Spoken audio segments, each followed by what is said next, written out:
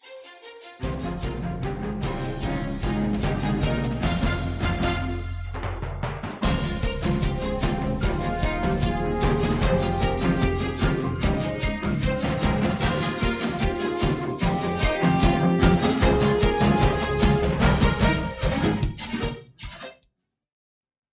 guys, if you're just joining us, welcome to Fox 5 Live. Today, April 28th, it's Friday. You're looking at live chopper video that we have right now in Howard County, Maryland. Now, we don't have a lot of information on this, but it looks like we're zooming in a little more here. Authorities are searching for a male prisoner, an escaped male prisoner.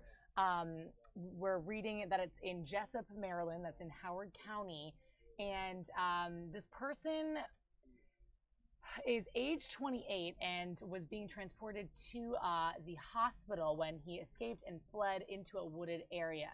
We're reading that this is a white male, age 28, and Howard County Police are on this search unit right now. So this is our chopper video right now. It's a little rough to kind of make out what exactly is happening here, but I'm going to bring you some more information as I read up on this a little more. They're assisting in a search for a male prisoner. There's no name of this prisoner or his charges at this time, but missing from the hospital, not a prison. Apparently, there are some past charges in his record or whatnot, but we do know that he's serving time for an attempted murder of police officers is what we're reading. So bring you some more information. This is a breaking situation in Howard County, Maryland.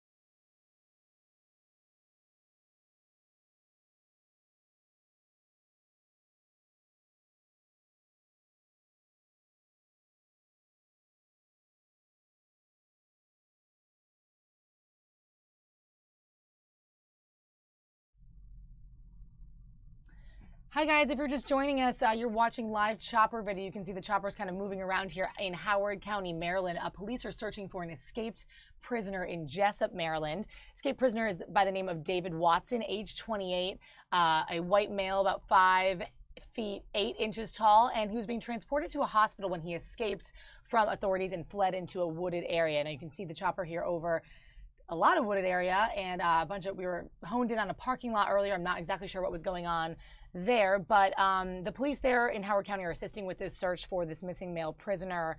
There are no exact details on the charges at this time, but I was reading also that he was serving, there are some charges. He was serving time for an attempted murder of police officers. Again, it's a white male, 5'8", age 28. And we have a little bit of a rough chopper video here, no sound on this, but those are the details that we have for you right now. So police assisting in this search in Jessup, Maryland, that's Howard County. And it looks like the chopper is trying to sort of hone in on certain areas of this wooded area to try to give us a little more vision of what is going on. I'm going to continue to update you guys. We'll leave it right here with this chopper video until we have some more information.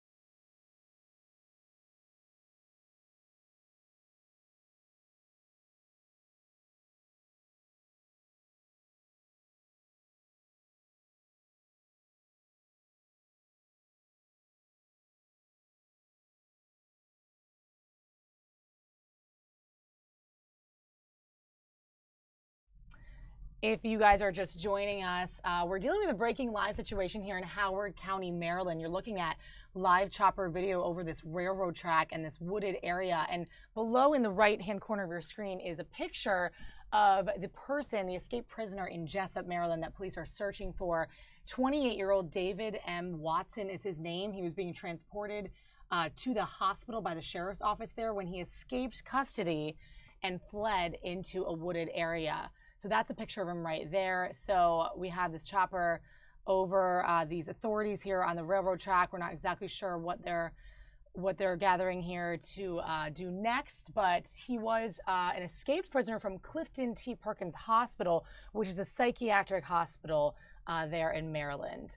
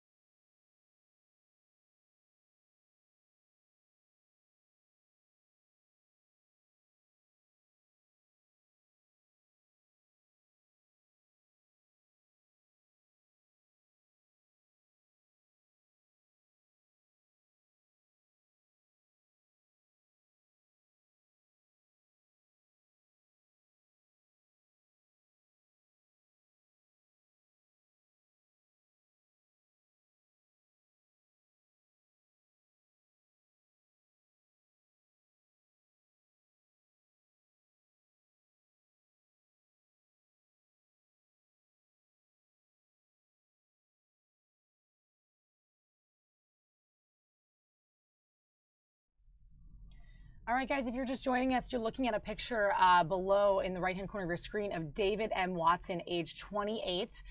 He was being transported to Clifton T. Perkins Hospital. That's a psychiatric hospital in Jessup, Maryland, when he escaped custody and fled into this wooded area that you see below here.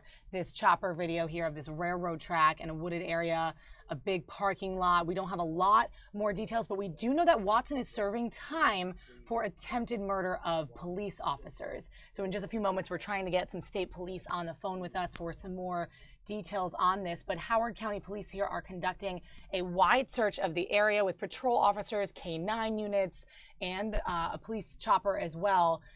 Anyone who sees any suspicious activity or someone matching this man's description should call 911. We're going to bring you some more information as we have it.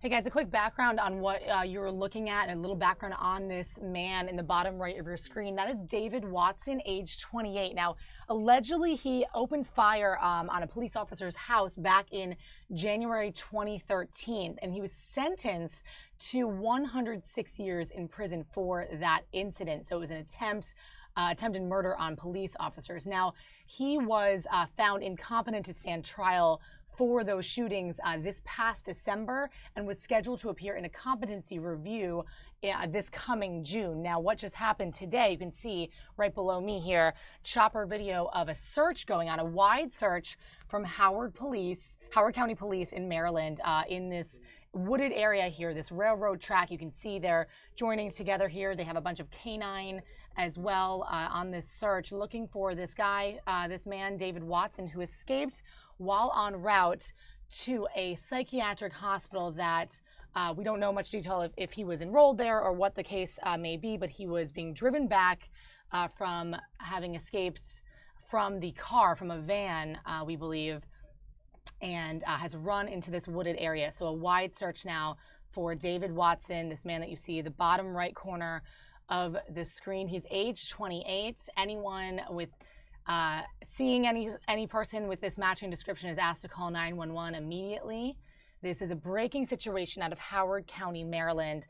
An escaped prisoner being driven back to the hospital, ran away into this wooded area. You can see the police here doing this wide search from our chopper video.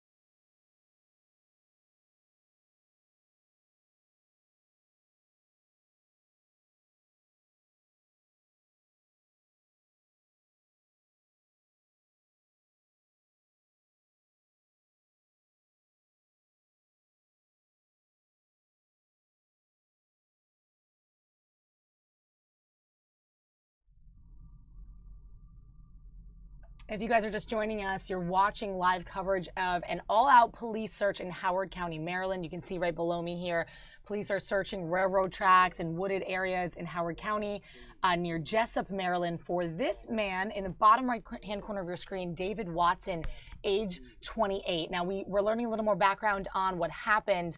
He was arrested back in January 2013 for firing gunshots at the houses of police officers in Maryland with his childhood friend. Now, his childhood friend got 18 years behind bars, and Watson himself was sentenced to 106 years in prison. So they shot at 3 police officers' homes, and then the week before they were shooting at a Delaware officer's house as well. Now, Watson was deemed incompetent to stand trial for the Maryland shootings this past December, but he was scheduled to appear in a competency review here in Howard County on June 12th. Now, what you're seeing is a search because he escaped a van while he was being transported to a psychiatric hospital in Maryland. En route to this hospital, he ran out of the van and apparently into a wooded area. So it is an all-out search right now. They have not found him yet. I'm seeing some comments about that. And we have this chopper video of police and their continued search. We're going to bring you some more information as we have it available to you.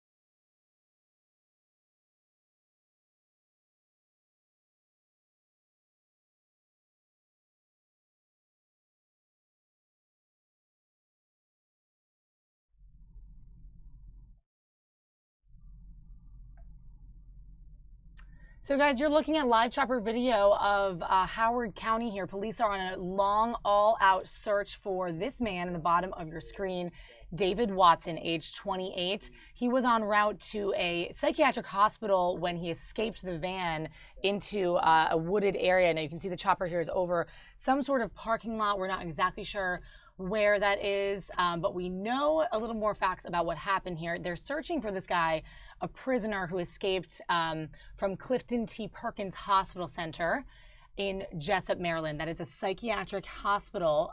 This man, David Watson, was deemed incompetent to stand trial last December for a shooting at a police officer's home back in December 2012. He was arrested in January 2013 along with his childhood friend for shooting at the home of 3 police officers. And even the week before, he was shooting at a Delaware officer's home. Now we're hoping to get a little more information from the sheriff's office and the police headquarters in Howard County there. But we do know that he escaped custody and fled into a wooded area. You can see now chopper video over some sort of parking lot and building facility and a bunch of woods there. So we don't know exactly where they're honing in on, but he is right there. There's a picture.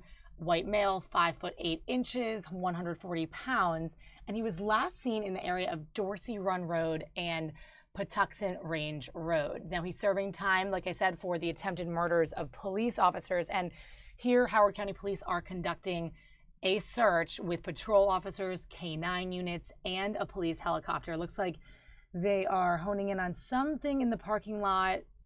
Looks like a group of police officers or something. Dealing with this now, but viewers are asked if you see anything resembling this man or any suspicious activity, please do call 911 if you see someone matching his description. Right there, the picture in the bottom of your screen. We're going to keep you on this chopper video until we have a little more information about this man. We do know he was from Del Mar, and like I said, he was arrested after firing gunshots at the houses of 3 police officers along with his childhood friend. This is way back in December 2012, arrested in January 2013, and he was actually sentenced to a staggering 106 years in prison for that incident. Now his friend is set to have only 18 more years behind bars in Maryland, but he himself was found to be incompetent to stand trial for those Maryland shootings this past December. He was found incompetent to stand trial, but he's scheduled to review that competency this June 12th. So again, you guys are looking right below me here at chopper video of a parking lot and some sort of railroad track we were seeing before, as long as some wooded area as police conduct an all-out search with K-9 units, other officers, and a police chopper as well. This is our news chopper here getting footage in Howard County. Looks like a bunch of officers gathering together here in this parking lot. We don't know exactly what's going on. We have not heard an update, but we do know the search continues for David Watson, age 28, here in Howard County. We're going to bring you some more information as we get more details.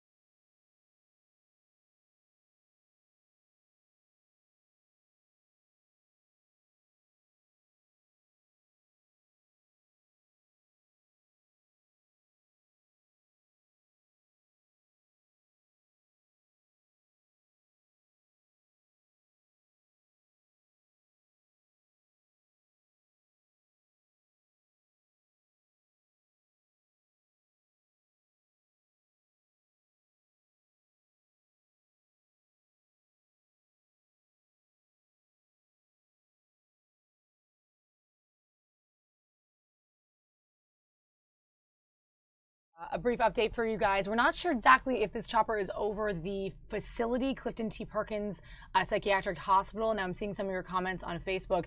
It's true, he did not escape the prison or the hospital. He escaped out of a van when he was allegedly being transported back to Clifton T. Perkins Hospital. It's a mental facility, a psychiatric facility. I don't know for sure if this chopper is just over the wooded area near where his van was.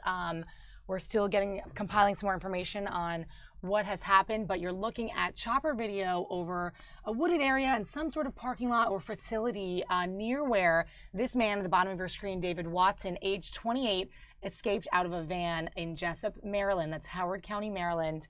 And we are watching this live. He has not, as far as we know, been found, or there's no new information on that, but we do know that he was arrested way back in January 2013 for firing gunshots at the houses of 3 police officers, and the week prior also doing that at a Delaware police officer's house. He was sentenced to 106 years in prison for that incident.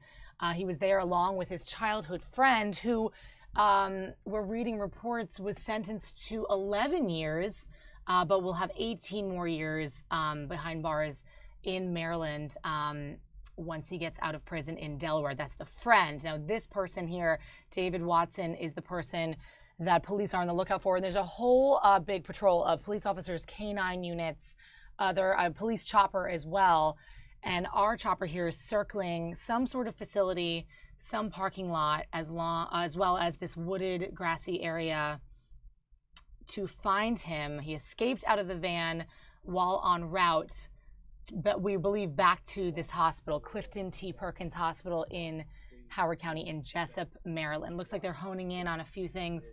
Here we've seen a gathering of police officers, perhaps finding out some new information or chatting about what they're doing, their next steps, but we don't have a lot of new information for you guys. Thanks for watching on our Facebook stream and YouTube as well. We're going to keep this up as long as we have our feed and a little more information.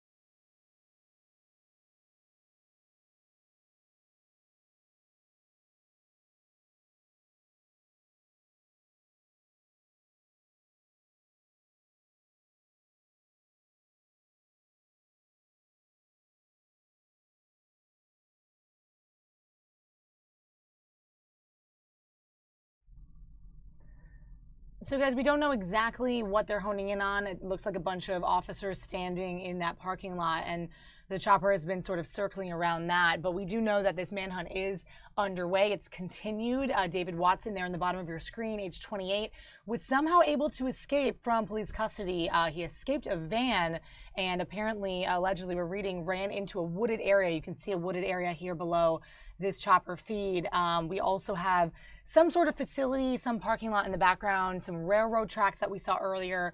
Not exactly sure the precise location of this video, but that man that you see, David Watson, escaped police custody and a manhunt is underway for him.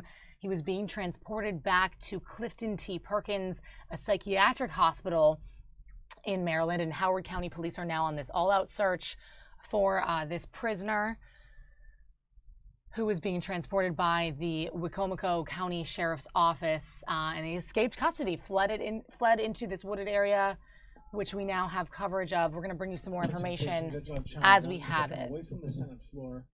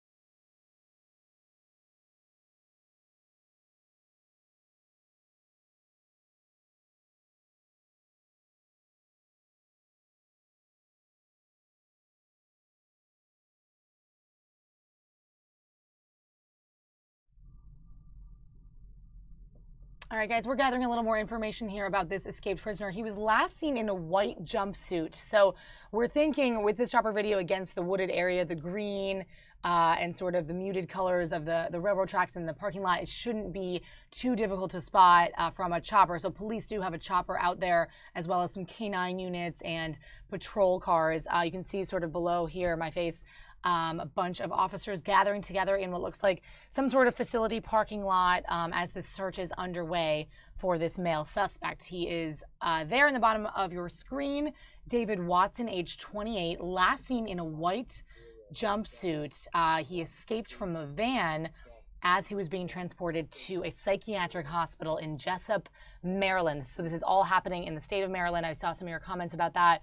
Howard County, Maryland. If you guys are local viewers and perhaps you're near that area, if you do happen to see anything suspicious, do call police. They're asking that people call 911 with any information. But as soon as possible. For now, you are package, looking at aerial footage of this ongoing manhunt for David Watson, who is a prisoner. He was arrested for shooting at 3 police officers' homes along with his childhood friend back in 2013, and he was being transported apparently back to Clifton T. Perkins Hospital. So we don't know anything confirmed, but we are under the assumption that he was already at that facility and then was being transported back to it, but we don't know exact details of that. We do know he escaped from the van. We don't know exactly how,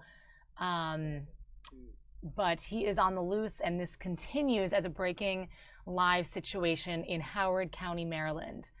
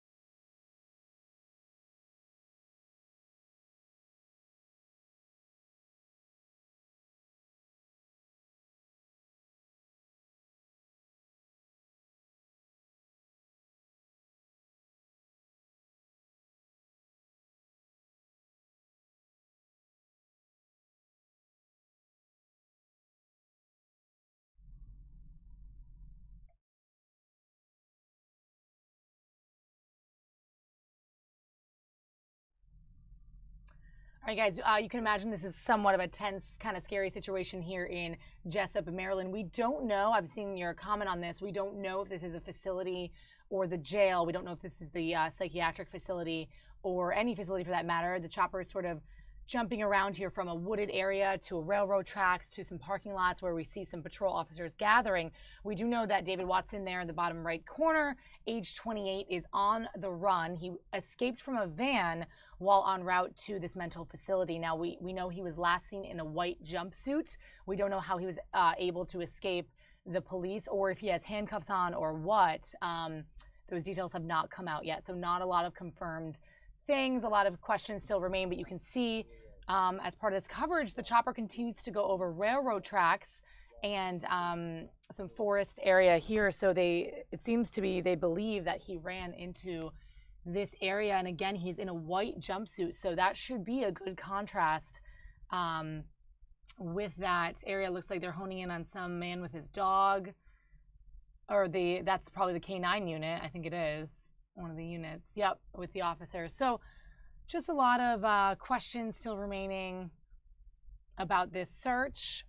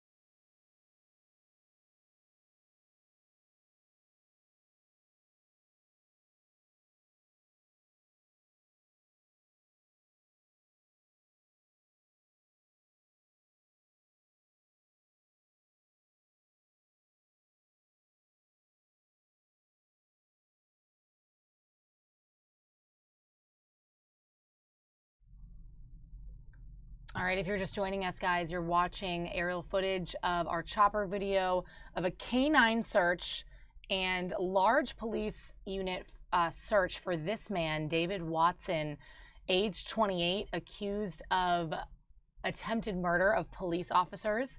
He was shooting at police officers' homes in December 2012, arrested in January 2013, along with a childhood friend of his. Now, he was sentenced to 106 years in prison. We know that this search is underway because he escaped a van while in custody, and he was being transported to Clifton T. Perkins Hospital. That is a psychiatric hospital in Howard County. You're watching chopper video or chopper footage right now live in Howard County, Maryland, in Jessup, Maryland. Now, we don't exactly know what wooded area, which units, which facility, what parking lots these are. We're kind of efforting that information now to get more information about where our chopper is, but I'm reading you guys asking about that. But it is a lot, staggering 106 years. Now, he was deemed incompetent to stand trial last December, and his competency review was up in this June. So he is to be in front of a panel and a judge this June to review that competency. But we know that he is on the loose right now in a white jumpsuit. So police are efforting this search with multiple canine units and patrol officers and police cars, as well as a police chopper. You're watching our Skyfox chopper over this railroad track, some railroad track along this wooded area that he allegedly has run into. Now, again, he's in a white jumpsuit. We don't know if he's handcuffed or what the status on that or how he exactly escaped out of police custody there in that van. But you can see the chopper honing in here on some of the canine search units here, lots of patrol officers. And it looks like we'll have this chopper video as long as the chopper will stay in that area or has the fuel to stay up. And we'll bring you some more information as we have it.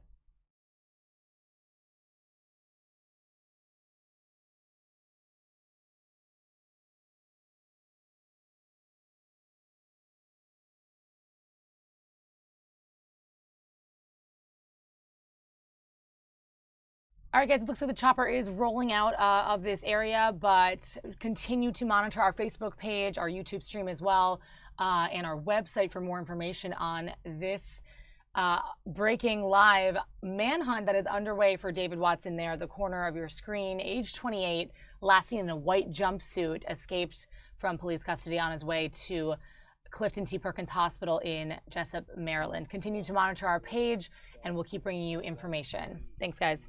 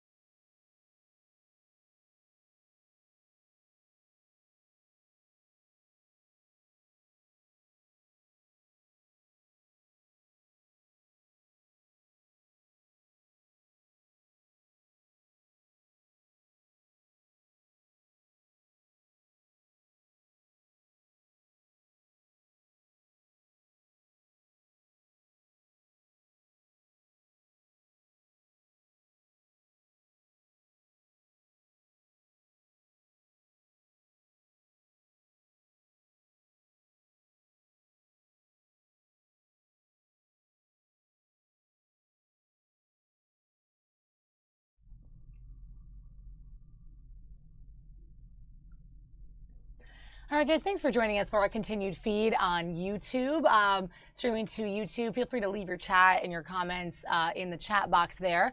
So we're going with breaking live news coverage from all over DC and the nation, and we just had that chopper video for you. Now our chopper unfortunately has rolled out of that shot, and we don't have a lot of new information about that ongoing manhunt. But if we do have a ground shot or some more chopper video, we're going to bring you right back to that breaking situation so we can see what will become of it. But thanks for joining for that coverage. Continue to monitor our website, fox5dc.com, and our Facebook page for more information, updated story on that manhunt that is underway. I'm going to bring you now to some other live events and news from DC. Just moments ago, you've probably been hearing about the Metro possible sick out today, Friday. Now, Metro was resumed as normal this morning. Everything seemed to be fine. We do know that 500 plus employees had called out sick, and there's been a big conflict between the union members and the employees about the sick policy, calling out sick 72 hours in advance.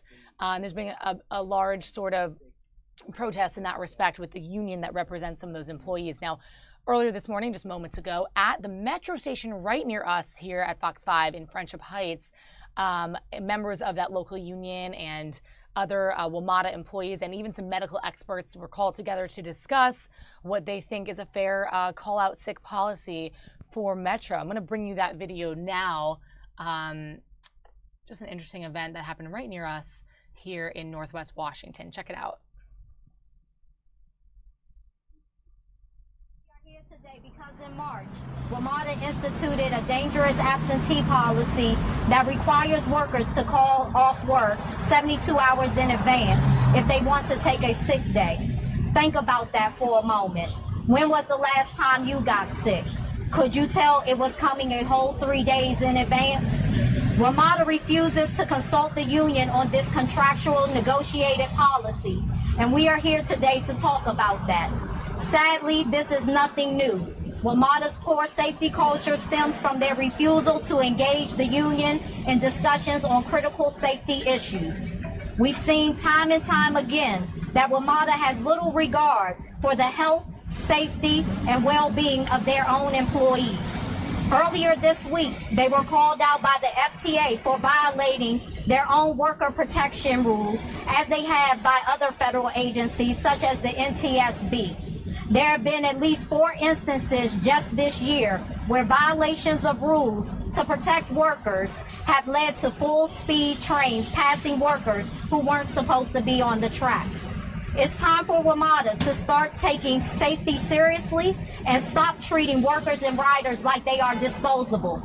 At this time, I would like to introduce Dr. Richard Binder, a professor of medicine at Virginia Commonwealth University and the Georgetown University School of Medicine, for a statement about how unsafe this policy is, not just for WMATA employees, but for the riding public as well. Thank you. I just want to say before I start, I'm not representing either of those organizations. Yeah, we got it. Can you step next to him? Next to her. I just want to say that I'm not representing Georgetown or Virginia Commonwealth University School of Medicine. I'm representing myself and the medical community, I hope. I think that if anybody thinks about identification of illness beforehand, we wouldn't need any emergency rooms. If everybody knew they were going to be sick 72 hours before they got sick, we could close all the emergency rooms around the country. We would just set up appointments to doctors on a 24-hour basis and measure their health care on that basis. We're threatening both the health of the membership of the union as well as the health of the wider population. Going into work when you have a respiratory tract infection or an eye infection is only going to potentially produce illness not only in the person driving the vehicle, but the public that is at significant risk. I think that's ludicrous to consider advance notification of 72 hours before you get sick. I just would like anybody here to raise their hands who has been in an emergency room and was planned 72 hours in advance. It's preposterous. Thank you. So do we have any questions? We'll take a few questions. The court said yesterday that you can call in the day of for an unexcused absence, but you're only allowed a certain number. What are your thoughts on that? It's still an asinine policy because things come up and it really not only puts the workers in jeopardy, but also, like we said, the right in public and even our families. Emergencies come up every day. We're human like everyone else. But he also said yesterday that he believes that management had a right to change policy. No, he had a right to come back with the union and sit down and discuss the negotiated policy that we already had if he wanted to make changes to it. And has he done that? No. How would you describe the way that policy was rolled out in March to the workers? It blindsided the workers.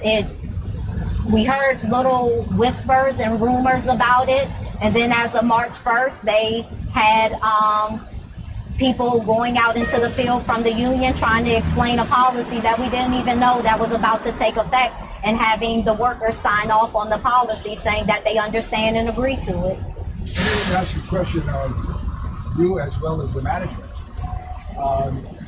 You have a policy in your contracts to notify management 72 hours in advance about illnesses that are going to occur or have occurred. That's preposterous. Nobody would tolerate that. Or shouldn't tolerate that.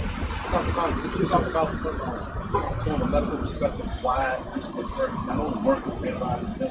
Well, if I had the bird flu, I was coughing and sneezing, and somebody came in my bus and I sneezed on them, they could end up having bird flu. I think that that's a risk for transmitting infection. It's completely absurd. If you're sick, you're sick. Are there people who are going to abuse the policy? I'm sure there are, but that happens in management too. But it's a small percentage, and people focus on very small percentages inappropriately. You know, in transit, once you've heard about a loss of situational awareness at times for drivers, what kind of unique challenges could be happening for a transit worker that can jeopardize more lives?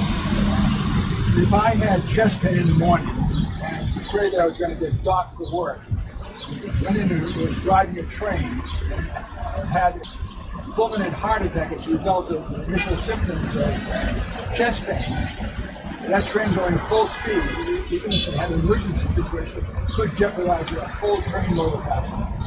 And more so on a bus because they don't have automatic stopping. So how do you move forward from this?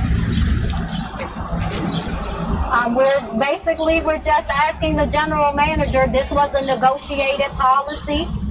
We're at the bargaining table. Come back to the bargaining table and negotiate it. That's what the policy called for, being that it's a negotiated policy. So just come and talk to us. We're open to talk, and we want to sit down and talk about it. How is this different than the current security policy, or the one that was in effect before March 1st? It was negotiated. That's the difference. It was a negotiated policy, and the collective bargaining agreement calls for negotiated policies. If they want to be changed, it has to be negotiated again. But are there changes in terms of the number of days that you can call out? Yes, the 72 hours. Do you recall how long it's been since you guys last talked about contracts?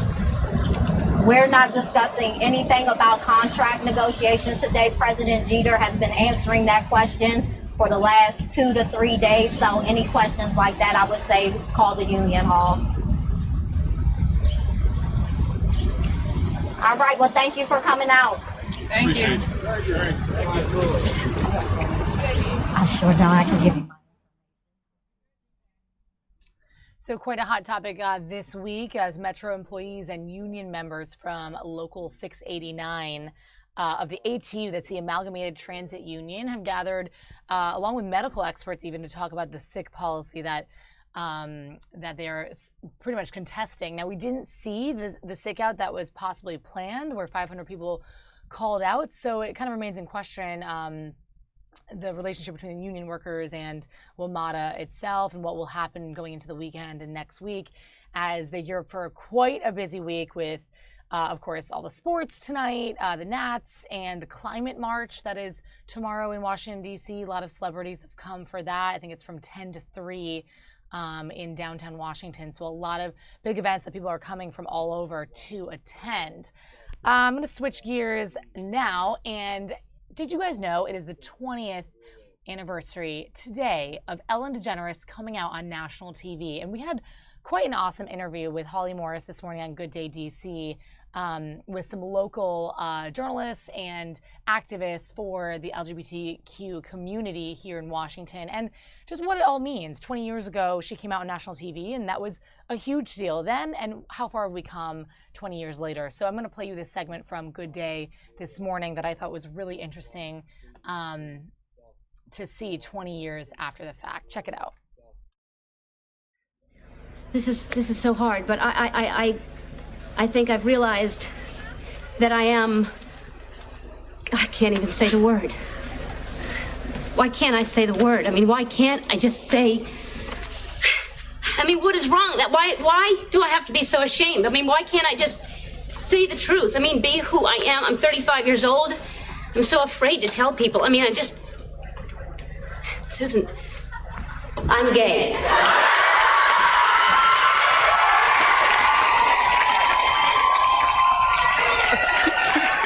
That was a clip of actress and comedian Ellen DeGeneres coming out. If someone can help me with the prompter, please, that would be great. That was the clip of Ellen coming out as gay on her then TV sitcom Ellen. That was a very pivotal moment. It made her the first primetime lead on network television to come out. And today actually marks the 20th anniversary of this historic moment. Ellen also came out in real life at the same time during a sit-down with Oprah.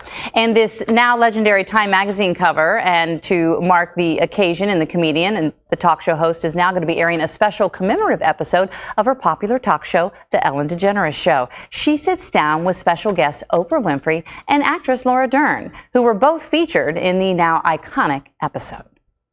This is what I think for everybody who goes through anything where you have denied the truth of yourself, and then you're brave enough, you're courage enough, you have the courage because your whole calling is about you being who you were meant to be.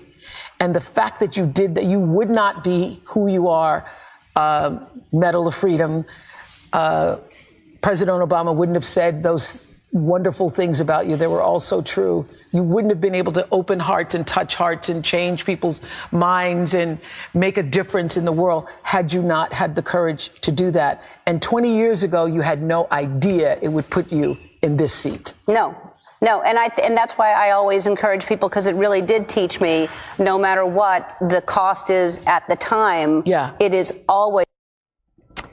This morning, we're having our own discussion right here in the loft about that pivotal moment with Ebony Bell, managing editor of Tag Magazine, and Michael K. Lavers, who is a writer for the Washington Blade. Good morning to both of you. Good morning. And I don't know about you, but as I was watching the original clip from 20 years ago, I got chills.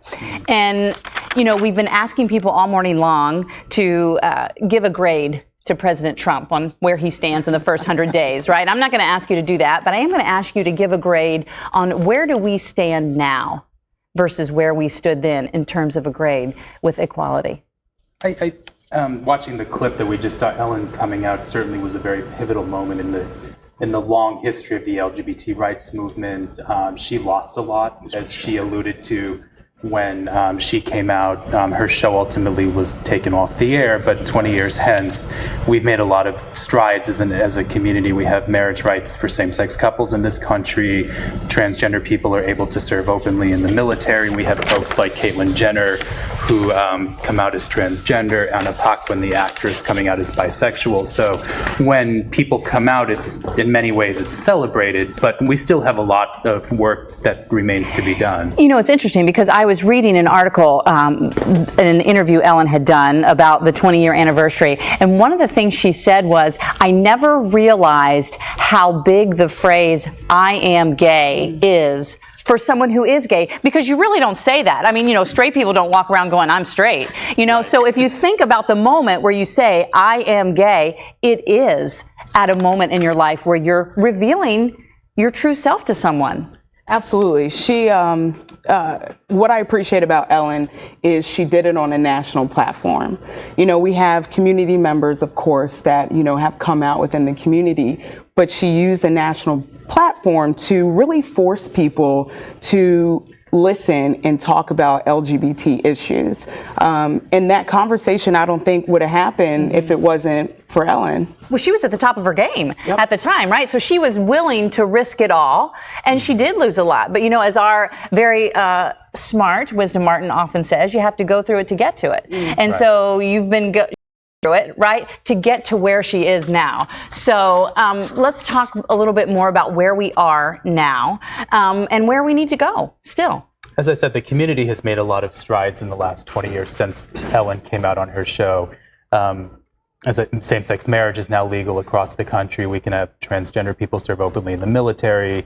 The Defense of Marriage Act, which then President Bill Clinton signed into law just before this episode aired, is now, as many people would say, in the dustbin of history. But many things remind us that we still have a long ways to go. For example, the most recent reports coming out of Chechnya, for example, where gay men are being arrested, tortured, and being put into secret prisons, really demonstrate that the LGBT rights movement, not only abroad, but also here in this country, we have hate crimes here in D.C. that happen routinely. So we really have a long way to go, but we certainly have made a lot of progress. And looking back 20 years since this episode really indicates that progress that we have made, but a lot still remains to be done. Let's talk a little bit about the hate crimes in here, because I often think when we see anger that dissolves into hate, it's originally and precipitates from fear. People are afraid of being gay because they don't understand it, and then when they're afraid of it, they get angry about it, and then they hate it because they don't get it. How do we help people not be afraid? Because I think that's a big part of us moving forward. Yeah. I always say the best form of advocacy is visibility. We see LGBT characters now more than ever on television. I think, like Michael said, there's still a lot of work to be done. Right now we have housing discrimination, work discrimination, and this is still happening. Also, it's very important for LGBT people and our allies to step up for the transgender community. To me, that's the biggest issue right now, and that's the biggest fear. And it's really important for our community and allies to step up and say, hey, why are trans women of color being murdered or assaulted? And it's really important to just look at people as people. Well, clearly you all are amazing in who you are and what you put out there, and are wonderful role models, as much as Ellen, in your own way. If someone was watching this morning and they were still struggling with this battle, what would you say to them? We're here for you. We're here. There's a whole community of people waiting to support you. We know that it's hard. You know, there are people in Middle America maybe who don't have the resources, but we're here. You're not alone. You aren't alone. Yeah. We're here. We're waiting for you. You have a lot of support. And I certainly agree with what Ebony has said. When you're ready to make that step to come out, know that there's so many people who are willing to love and accept you and support you on that journey moving forward. So. And it may not be the people you think. Exactly. Right? That's the thing. I mean, if you could say if Ellen walked in here right now, what would you say to her? Thank you. Thank you for being such an example and for taking that step, and, a very courageous step. Coming out is certainly very courageous for everybody. But, certainly thank you for taking that step and paving the way for many others to follow in your path. Well, thank you both for taking your steps and coming here and paving the way for others as well. Thank you. All right, back on over to you all. All right, 9:21 is the time right now. We're going to switch gears. Guys, so switching gears, we are also going to switch gears, but I just wanted to bring you that interview because I thought it was so compelling and just so beautiful, and kind of a neat reminder that was all 20 years ago. And I remember where I was even when I think my mom told me about it, and just being introduced to that 20 years ago, such a different time. I thought Holly did such an amazing job in that interview that wanted to make sure I threw it into the show today. But just to catch up with you again, we are Fox 5 Live. I'm Molly Nevola in Washington, D.C. You can see the newsroom behind me, kind of a little empty right now, not a lot of people running around, but just bringing you all the digital live news and events. We had the breaking news earlier of the suspect, or the prisoner, rather, in Jessup, Maryland, in Howard County. I still want to bring you more information on that as we have it. Nothing new has broke out of that scenario, but we do know that he is on the run and has escaped from police custody from a van into a wooded area in Howard County. Some other news of the day, of course, we're gearing up for President Trump's 100th day in office. It's tomorrow. We had our reporter Bob Barnard on that story this morning in Culpeper, Virginia, interviewing locals in Trump country, essentially, and asking them what they think about his presidency so far and if he's lived up to what they thought. So he got some reaction there, and I'm going to bring you a video here from some Senate Democrats who were speaking about his broken promises, President Trump's broken promises, earlier this morning. So stay tuned for that.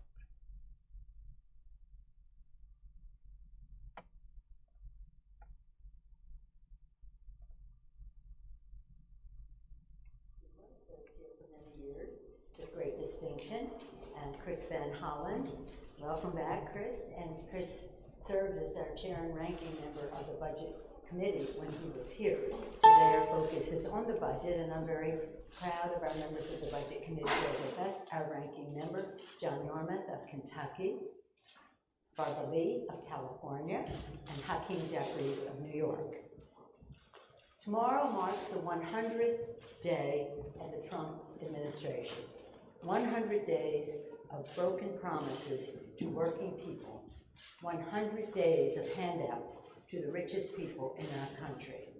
All this week, Democrats in Congress and across the country have been highlighting the stark reality of President Trump's conduct. Monday, the leader and I, chairman of DNC, outlined the president's broken promises to the American people. We went more specifically on Tuesday, broken promises on jobs, trade, outsourcing, etc. Wednesday, broken promises on America's health care. Thursday, broken promises to drain the swamp. And today we come to the president's miserable budget blueprint. Was it called skinny budget? Loaded with broken promises to working people, families, and promises kept to wealthy few. On the subject of infrastructure, the president promised, quotes, "We're going to start spending on infrastructure big, not like we had a choice," he said. Instead, his budget slashes billions from job-creating infrastructure investments in the transportation department. Medicine.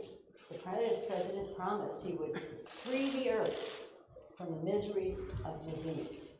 Instead, in addition to the devastation of Trump care, he wants to chop $6 billion from the National Institutes of Health, 1/5 of its total budget. We should be adding that much more on rather than going backward. He's taking us backward in so many ways. Clean air and clean water. The president promised to make sure, in his quote, we have clean air and clean water. Instead, he is ransacking the EPA and slashing funding for cleaning up hazardous substances and for enforcing clean air and clean water laws. In terms of hardworking family, the president promised, quote, to fix our inner cities. Instead, he's trying to slash initiatives including job training and affordable housing, and his budget has especially cruel impact for rural communities as well. We believe that a national budget should be a statement of our national values.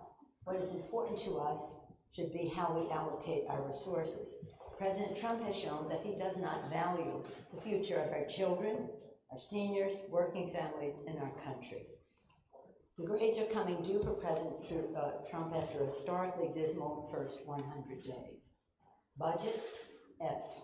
Creating jobs, F. Draining the swamp, F. Healthcare, F-.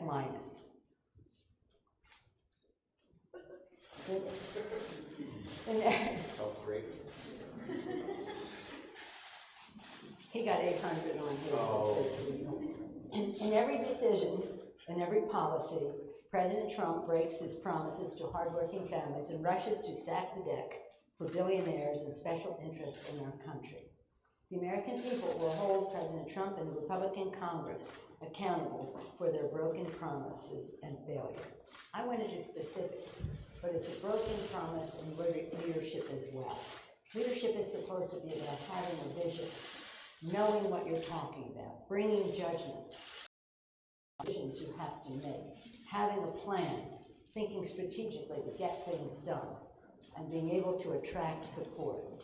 The president has also failed in the question of leadership as well. With that, I'm very pleased to yield to the distinguished Senate Democrat. Well, thank you, Leader Pelosi. Thank you for the great job you and your whole team, your whole caucus in the House have done. It's good to be back here in the Rayburn Room. I spent 18 happy years in the House. Tomorrow is President Trump's 100th day in office. Throughout this week, as the leader noted, we have noted the many ways President Trump has broken promises to the middle class or left them unfulfilled, failing to help the, quote, forgotten man and woman he pledged to support. The president has broken his promises on jobs and trade and the economy.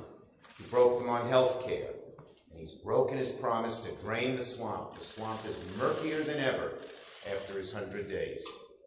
On the core pillar of issues that he's campaigned on, the president's promises are broken outright or remain unfulfilled. And my colleagues today will go into greater detail on how the president's budget reflects those broken and unfulfilled promises. But just what happened this past week is a metaphor for how poorly the president has done in his first 100 days. It's chaotic, it's ineffective, it's impulsive. It's as if the president suddenly realized he was approaching his 100 days with next to nothing to show for it. So he scrambled to make progress on the wall, on health care, and on taxes. In all three areas, this desperate sprint has only left these three efforts more damaged than before. First, the president's wall. Democrats and Republicans had been working together for weeks, moving towards a bipartisan agreement to keep our government open and running, until the president stepped in, threatening to muck up the process by insisting on funding for his wall on the Mexican border. In doing so, the president was making another promise, in doing so, the president was breaking another promise he made on the campaign trail. When he campaigned for it, Mexico's going to pay for it. Cheers from the audience. Well, this week he demanded American taxpayers pay for it and threatened to shut down the government over it. Thankfully, for the American people, he failed. Second, Trump Care 2.0. Again, breaking his promise, insurance for everybody, lower costs. The president's health care bill rose from the dead and moved further to the right. It's hard to think of a worse bill than the first. But Trump Care 2.0 has all the terrible aspects of round one, with even more cruelty placed on the American people. Trump Care 2.0 would leave millions without coverage, raise rates on 50 to 64-year-olds, but also takes us back to the day when insurance companies could deny coverage to those with pre-existing conditions. Again, thankfully, for the physical and fiscal health of the American people, is scrambled. Finally, the president's tax plan, if you can call it that. When you call it a plan, you're diminishing the word plan. As a candidate, Trump promised to lower taxes for middle-class Americans. His Treasury Secretary can't guarantee that that can be done. Not in his plan.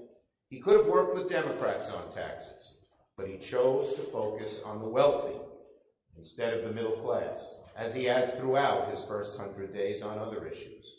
To be clear, the president's plan is a wish list for billionaires, not a serious proposal.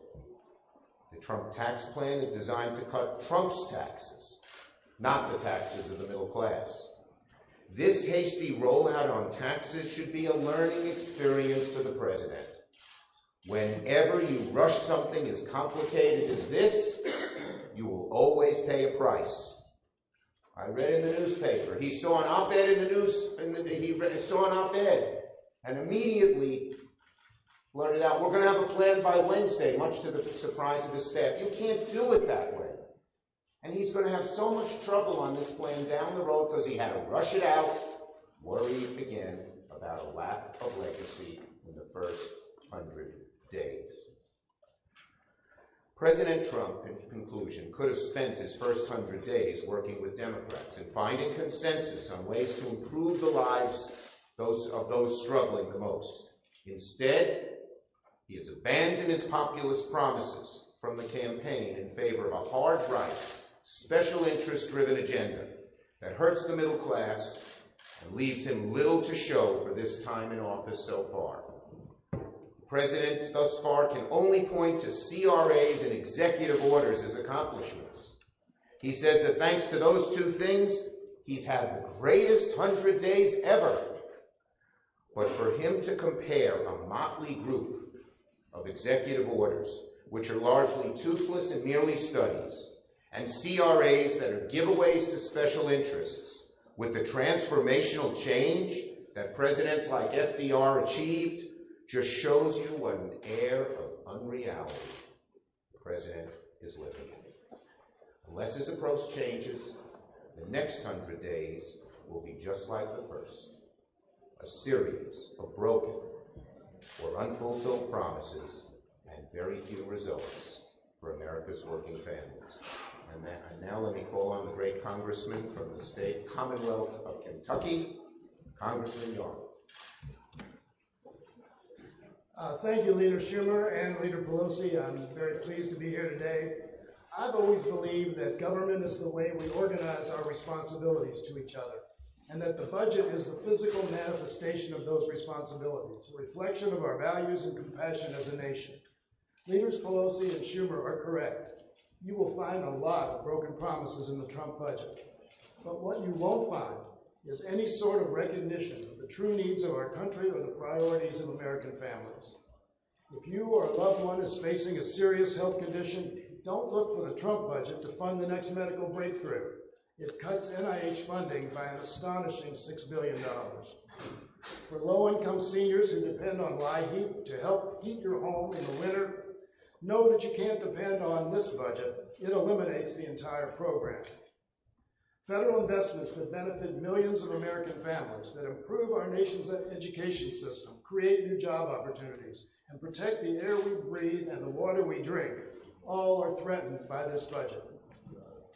As both my leaders have said, the president's first 100 days have been a total failure by any legitimate standard, but there is much more to come. In a matter of weeks, according to House leadership, we will begin marking up the full budget for FY 2018, which will no doubt track the worst parts of the Trump budget and Speaker Ryan's previous budgets. This process will show a president who feels no responsibility to the vast majority of American families, many of whom helped put him in the White House. And it will reveal a Republican conference that is willing to trade our nation's future economic security for some meaningless ideological win. That's irresponsible. It's not what our nation needs, and it's not what American families want or deserve. I, my Democratic colleagues on the House Budget Committee, like Representatives Jeffries and Lee and our entire caucus, will be fighting the Trump budget every step of the way.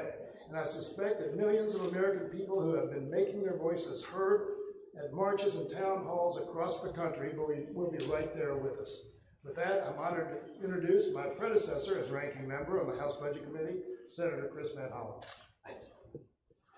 Well, thank you, John, and thanks for your terrific work and your colleagues on the Budget Committee. Great to be here with Leader Pelosi. Thank you for combining a great heart with a good head when it comes to policy, and it's great to be here with my friend Senator Schumer as well. And a clear pattern has emerged as we reach the 100-day mark. And that's that when it comes to issues of jobs and wages and health security, candidate Trump told the American one thing on the campaign trail. He's doing the exact opposite out of the White House. He promised a big, beautiful health care plan that would take care of everybody. What we know is that it would strip 24 million Americans of their access to affordable health care, raise costs on everybody else, and provide a tax break of about $700 billion to some of the very wealthiest. And that was his health care plan. Now we see the beginning of what they call a tax plan.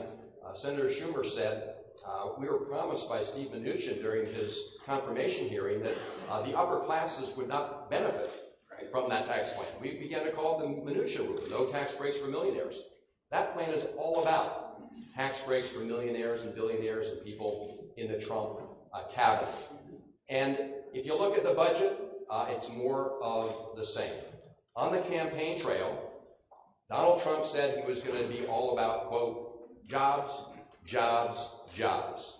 His budget wipes out one of the most important tools that state and local leaders and communities use to improve economic development for people in their community. It wipes out the CDBG, the Community Development Block Grant. He talked about the need to expand manufacturing jobs. We need to do that. But his budget, it wipes out the one program at the federal government level that forms partnerships with small and medium-sized manufacturing businesses. Wipes it out. Transportation. As Leader Pelosi said, he talked a lot about the need to rebuild our roads and airports. In fact, quote, he wanted to rebuild our highways, our bridges, our tunnels, our airports, our schools, our hospitals. It's the only issue he talked about on the night of the election. He said he was going to have a big plan in the first 100 days. He doesn't have a plan, but it's worse than that, because his budget goes after those very important investments. They zero out the funds to support high-impact transportation projects, those that are identified as being of national importance for our economy, putting people back to work, modernizing our infrastructure. His budget eliminates, and I want to zeroes out all New Start transit projects. Right? This is the guy who wanted to rebuild our infrastructure. Zeroes it out. On educational opportunities, candidate Trump. What the federal government should do is make sure educational opportunities are available for everyone. His budget cuts the Department of Education by 13%, cuts college student loan assistance, while his Secretary of Education is changing the rules to help out the folks who actually abused students through the student lending process, eliminates after-school funding, and begins to divert important federal taxpayer dollars away from public education to private school vouchers. That's his education plan. My colleagues have talked about some of the cuts he's made to medical research. Probably nowhere is the Trump budget a greater betrayal of his promises than with respect to folks who live in rural America. It's really a dagger aimed at the heart of those communities. First of all, he cuts the agricultural department by 21%. He eliminates the water and wastewater loan and grant fund for rural areas. Not for those in the rest of the country, for rural areas, a program specifically to help rural America. He eliminates funding to support rural airports that we would not otherwise be able to get service. He eliminates the Rural Business Cooperative Services, which is a program designed to promote economic opportunity in rural areas. Zeroes it out. He zeroes out something called the Appalachian Regional Commission nearby. Folks in Western Maryland, West Virginia, the people that the president called the Forgotten Americans, he zeroes that out. He eliminates an education program that in recent years has been used to provide more STEM training, science, technology, engineering and math training to teachers in rural areas specifically. So just to be clear, as Senator Schumer said and Leader Pelosi said, he campaigned on the idea that he was going to help those forgotten Americans. If you look at this budget, and if you look at this rural part of the budget, he didn't forget them. He actually comes after them in a way that will do great harm compared to where we are today. So whether it's on issues of jobs, wages, economic security, a series of broken promises. All right, guys, apologize. We were efforting some sound issues there, but if you're still with us on YouTube, thanks for joining us here on our stream. Speaking of Donald Trump, he is just arriving right now in Atlanta, Georgia. Get this, he's speaking at the NRA headquarters. Who knew, first of all, I didn't know, that the NRA, National Rifle Association headquarters is in Atlanta check it out. We're getting some live video of Air Force One arriving in Atlanta. Kind of a cool behind-the-scenes look if you never get to see this. He is there to speak at headquarters. That is sure to be possibly a raucous gathering, I would think. And I think it would be interesting to see. We're going to get that back via pool, so we should get that live shortly. He's supposed to speak around 1:30, so we'll see if it's on time. But check it out. Air Force One arriving in Atlanta.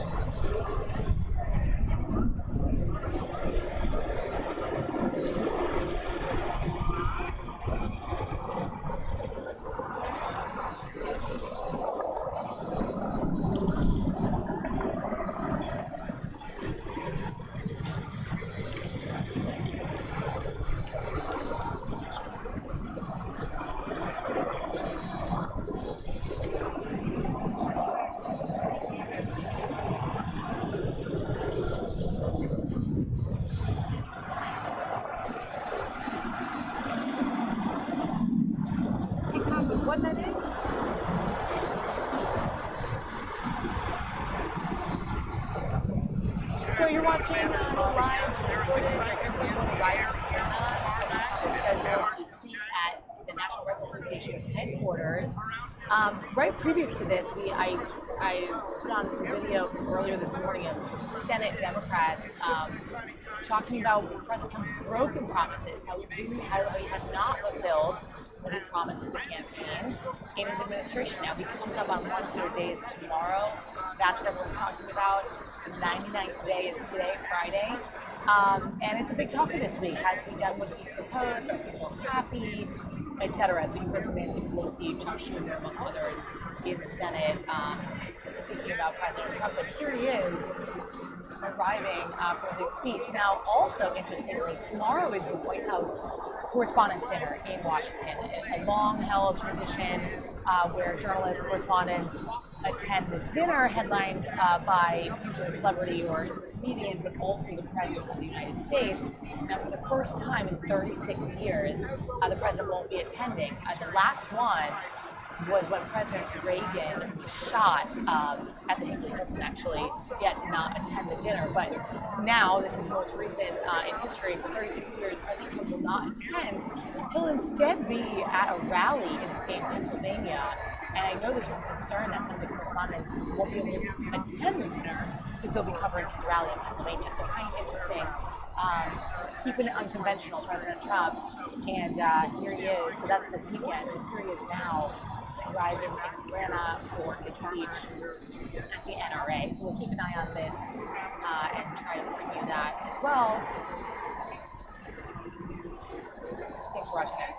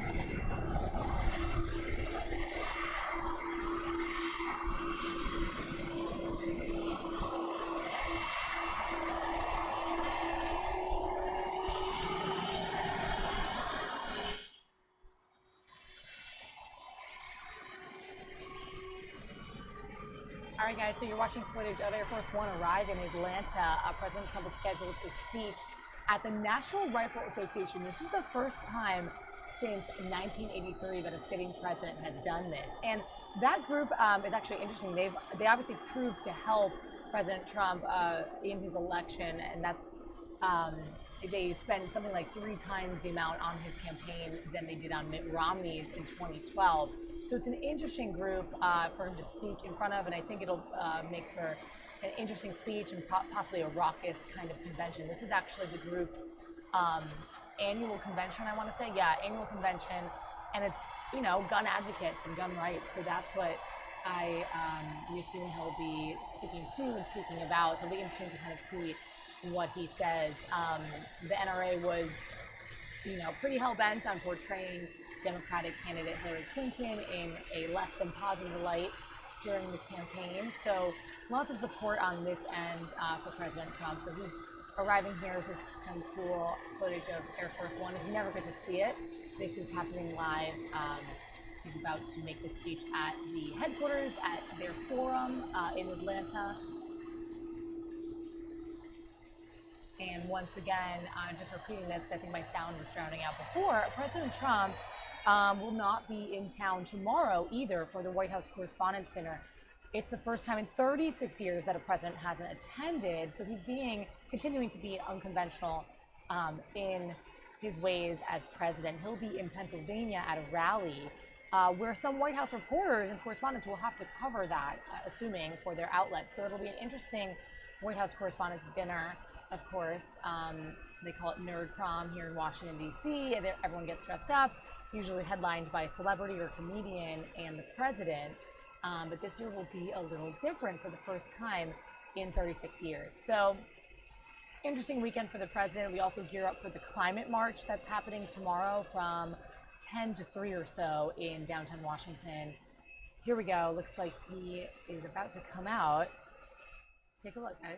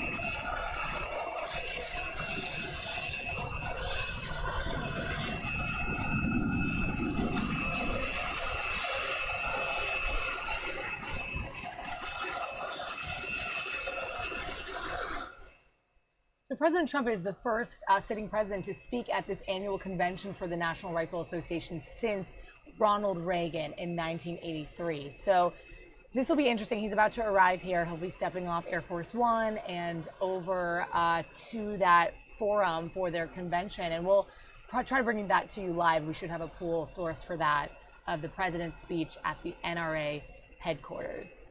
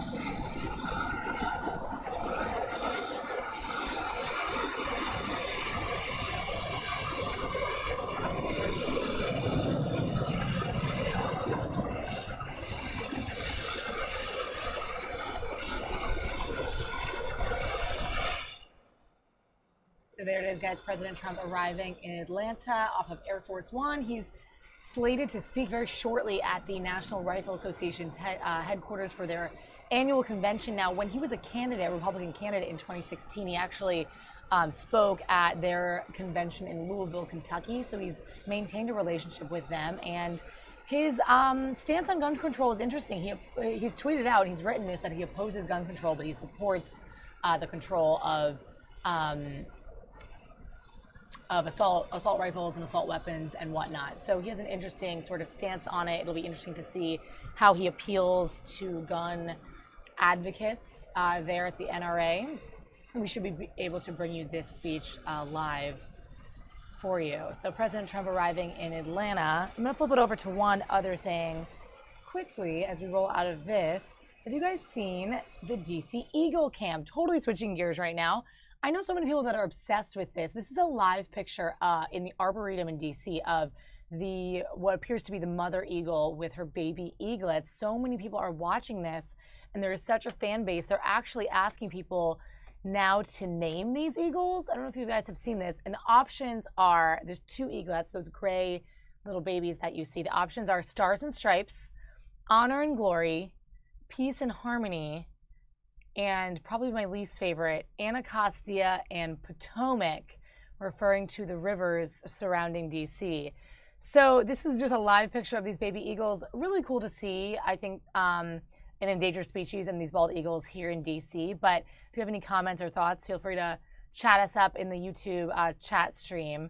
But I just wanted to bring you that video because it's kind of cool to see them in their nests. And I know so many people that are talking about it and giving me updates on these eaglets. So these are here in DC. Let's go back to President Trump rolling out of the airport there, Air Force Base there in Atlanta.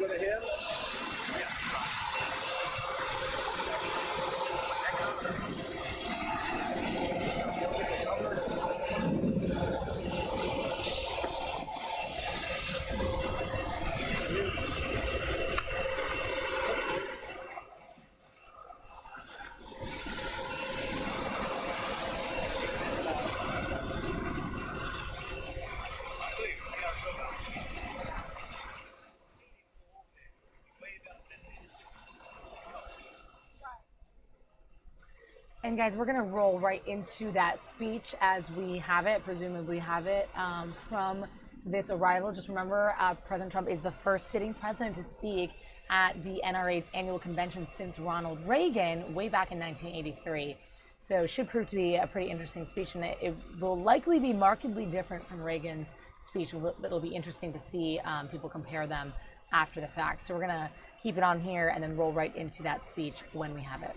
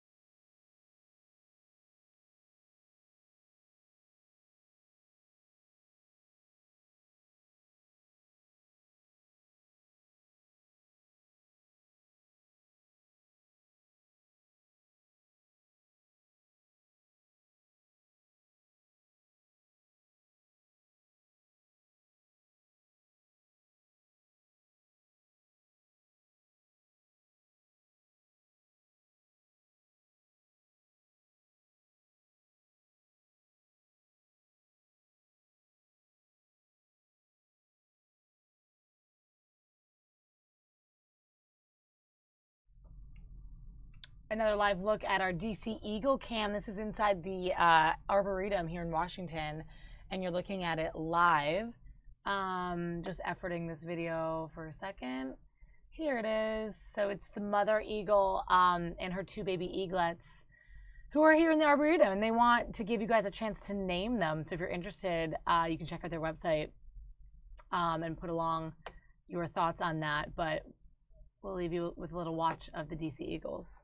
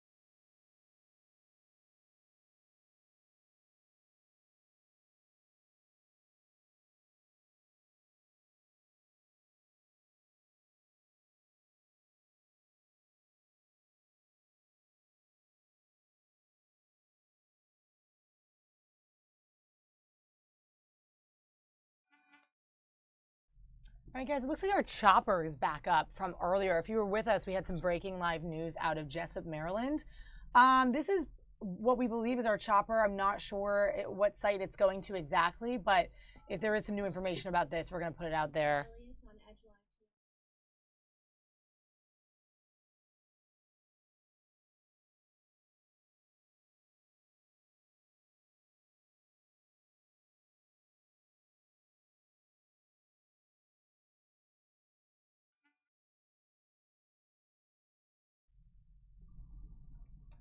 Guys, stay with us for more coverage of this situation in Maryland and Howard County. We had an escaped prisoner who was on the way to a mental facility, a psychiatric hospital, and escaped from police custody. We're going to see if we get any new information on that. That is a local situation, but we do have the NRA convention that just started. So I'm going to throw you over to Atlanta, and then when we have more information on this breaking news, I'll jump in as well. So take a look live from Atlanta. Here is the NRA annual convention. The hell that she went through. Christy endured hateful, vicious attacks on social media just for speaking her mind. They tried to bully and intimidate her into silence, but she stood strong. She weathered the storm, and she didn't back down, not 1 inch. Christy is a life member of the NRA, and she'll never be alone because she's got 5 million of us watching her back. She's with us today. Christy, please stand and let us all thank you.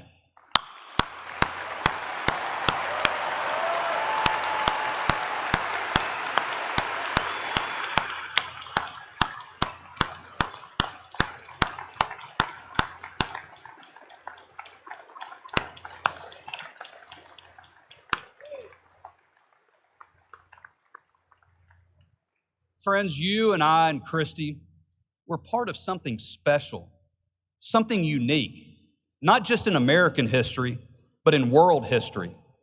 6,000 years of human civilization say we aren't supposed to be able to make a difference. We aren't supposed to pick history's winners and losers. We're not even supposed to have a say because we're nothing more than a gathering of the most common of common people. We're presidents of our dinner tables, kings and queens of the grocery list, and emperors of the bleacher seats. And yet last November, we accomplished what no one thought was possible. We didn't just swing an election, we altered the course of history. If you take every $1 million PR firm, every self-important media operation, all the experts and pollsters and professional know-it-alls, every pedigree and resume and fancy title from Washington, D.C. to San Francisco and beyond, if you take every last one of them and add them together, they don't have an ounce of your influence. That's why they fear you, and that's why they hate you. From the bottom of my heart, there's no other place in the world I'd rather be than fighting by your side. You are the most committed, most principled, and most worthy group of modern-day patriots, and I am truly humbled to serve on your behalf. I don't care if we're the only people in the arena. I don't care who we're up against. I don't care how lonely it gets or how tough it gets. We will never stop fighting for this country and this freedom. If we stick together, there's nothing we can't achieve, no enemy we can't defeat, and no battle we can't win. Let us vow on this day that November was more than a temporary moment. It was a permanent political red line for every would-be holder of power.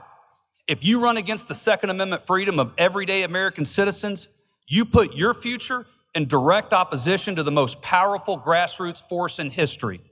We are the National Rifle Association of America, and we are now and forever freedom's safest place. Thank you.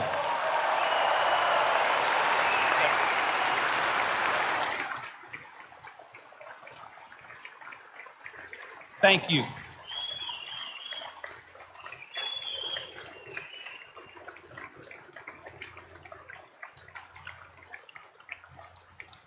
Thank you. You know, the National Rifle Association is the only organization in the world that can make a rightful claim to that phrase, freedom's safest place. Above all, that's a testament to you, the 5 million men and women of the NRA.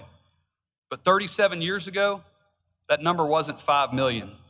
It was barely 1 million. And the idea that a bunch of everyday average people had enough power to pick the President of the United States was hard to fathom. There's one man who's seen this monumental change firsthand for nearly the past 4 decades. In his time as the leader of our organization, he's gone toe-to-toe with governors, senators, and yes, presidents. He's called out fake news on behalf of gun owners for his whole career. And when he's been faced with the most intense pressure to give in, to give up the freedom generations of veterans have fought and bled for, he's never backed down, not 1 inch. Under his leadership, this organization has grown into the most powerful grassroots force on earth, and this freedom has experienced a rebirth at a time when every other freedom was on decline. Ladies and gentlemen, please welcome the CEO and Executive Vice President of your National Rifle Association, Wayne LaPierre.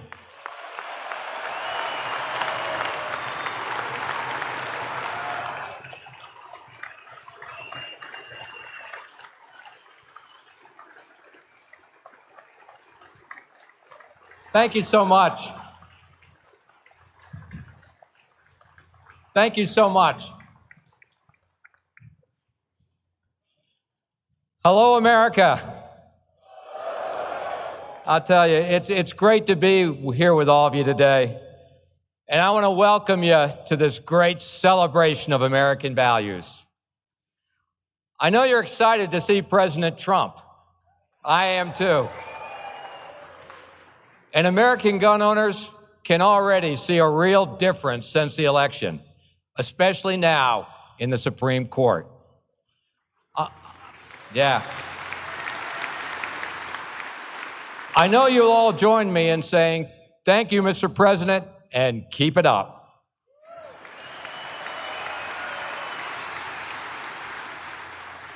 We must do all we can to support our president because, as you know, there's an intense war that's being waged by leftist zealots to destroy President Trump and destroy his administration. They'll seemingly stop at nothing, including tearing apart our country. It's all part of a larger war being waged right now against truth in America. It's a calculated, orchestrated attack against the values upon which our great nation was founded, against our uniquely American true freedom. If we don't stand up to them, and I mean now, an entire generation of Americans could be lost, and our nation along with them. It's up to us to speak up against the three most dangerous voices in America: academic elites, political elites, and media elites.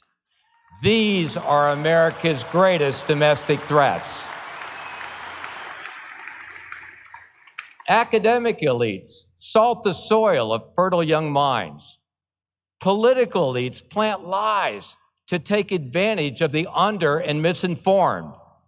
And leftist media elites deliberately deceive and spin and twist the truth to grow their anti-American agenda. The radical left in this country have hijacked too many of our schools and colleges, and now they're trying to hijack our youth. Young Americans are taught national shame over exceptionalism, socialism and communism over free market capitalism, government control over self-destiny, the collective good over individualism. Scores aren't kept. No winners or losers. It's about participation trophies. And young people are left unprepared for the real world. No longer do young minds study the Constitution, especially not the individual freedom and self-empowerment of the Second Amendment. True American history and even American heroes and real American values, the values and principles that built our nation, are rewritten or admitted altogether. The result is an emerging generation of citizens with warped minds. When their turn comes, how can they possibly lead, lacking any fundamental grounding in American principles and values? Even now, the political elites feed off the uninformed, self-absorbed, self-minded generation. Free safe spaces, free college, free health care, free jobs, or if not, free money to get by, free immigration, free sanctuary cities. Bernie Sanders was not a movement, as a fawning media called his campaign. Bernie is a political predator of young voters who were lied to by school teachers and college professors.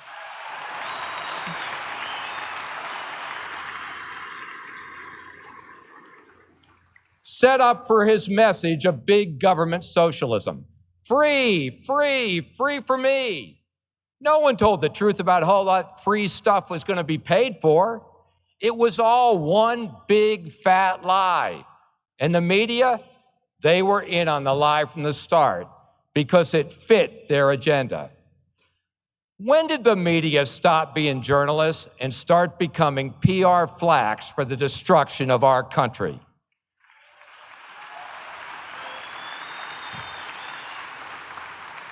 You know, it's a question Americans are asking all over the country every time they turn on their TV or pick up their newspaper. It's all about their own celebrity, ratings, and agenda. The truth doesn't matter because truth is no longer a fundamental principle. It's now just a political device. There's no limit to how far of a truth can be stretched or perverted, so long as it suits their political end game. I have long believed that one of America's greatest threats is a national news media that fails to tell the truth.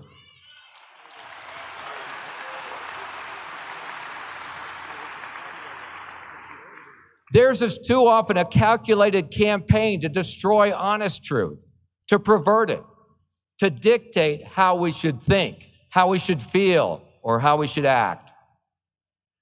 It's all drowning truth of America's better voices. It's all drowning that out. Good voices all over America, our families, our churches, our neighbors, and our co-workers. Voices that insist on the priorities of math and science and English in our schools. Voices that demand reverence for the constitutional freedoms that have always defined our nation. voices that demand law and order and justice and liberty for all.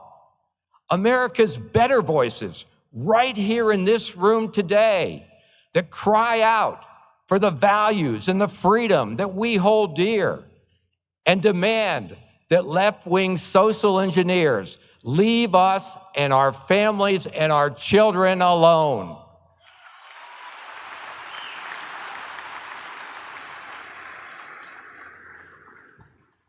More and more all over this country, good, decent, honest Americans are seeing right through all the lies of the elites. Amen. You got it. For the last quarter of a century, in poll after poll, whether it's Gallup or NBC or the Wall Street Journal, Americans have said they view the NRA more favorably than both chambers of Congress or either national political party. And, yeah. And heck, I like baseball, but NRA is even more popular than Major League Baseball. It's true. Check the polls. The majority of Americans admire and they trust the NRA because we always say out loud what we believe. We speak the truth, even when it may be hard, and we fight like hell to defend it. Our success, our victories, our growth, our strength have always been grounded in truth. Confronted with the three most dangerous voices in America, the NRA has consistently beaten them back. We've kicked hundreds of politicians out of office and sent them into obscurity by speaking truthfully to citizens all over this country, by educating and teaching the value of our Second Amendment to an ever-growing body of Americans who are reaching out for their rights to defend their lives, their homes, and their families and their communities. And by giving the media the big, fat, black eye it so often richly deserves. Please watch. Watch this. They use their media to assassinate real news. They use their schools to teach children that their president is another Hitler. They use their movie stars and singers and comedy shows and award shows to repeat their narrative over and over again. And then they use their ex-president to endorse the resistance, all to make them march, make them protest, make them scream racism and sexism and xenophobia and homophobia, to smash windows, burn cars, shut down interstates and airports, bully and terrorize the law-abiding, until the only option left is for the police to do their jobs and stop the madness. And when that happens, they'll use it as an excuse for their outrage. The only way we stop this, the only way we save our country and our freedom, is to fight this violence of lies with the clenched fist of truth. I'm the National Rifle Association of America, and I'm freedom's safest place. Yeah. To defend our Second Amendment freedom, NRA has deployed its First Amendment freedom through innovative state-of-the-art news and content platforms, and to deliver the truth directly to all freedom-loving Americans.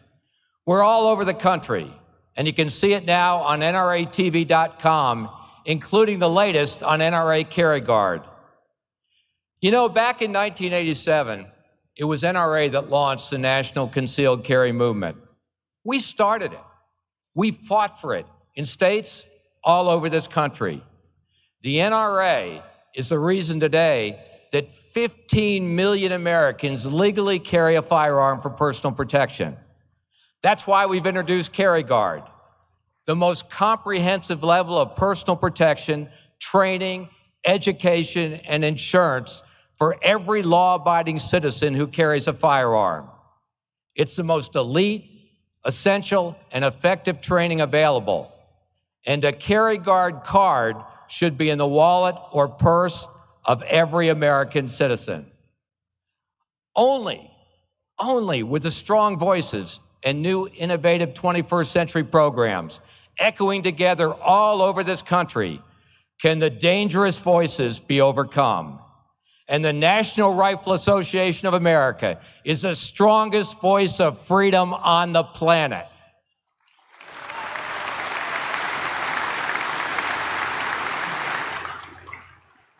Sometimes the elites of the radical left, they suck so much air out of the atmosphere that there's nothing left to breathe but their poison. And that's what leads to all the angst and anxiety and hatred that's dividing this country. It's only our loud and clear and life-changing messages of American values and liberty that can rescue our youth. Only strong voices of truth and good can save this country. The election of our president, that's proof of that. The NRA stood with Donald Trump through the darkest days of his campaign. We never wavered. We never flinched. We never lost focus of the true priorities of that election. The Supreme Court, a return and respect for law and order in our country, a strong national defense, and an absolute determination to restore the full measure of Second Amendment freedom for all honest, law-abiding Americans.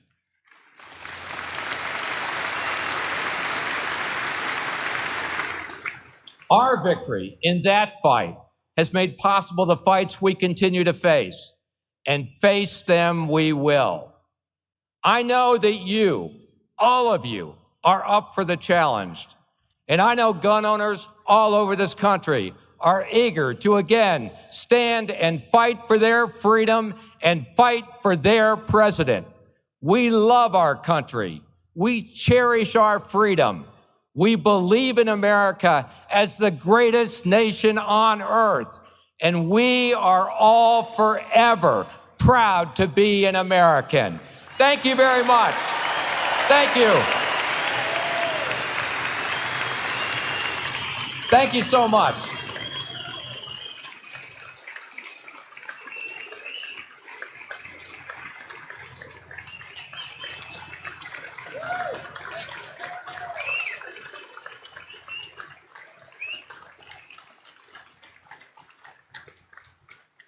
Thank you very much. And ladies and gentlemen, please welcome another proud American, the great Lee Greenwood.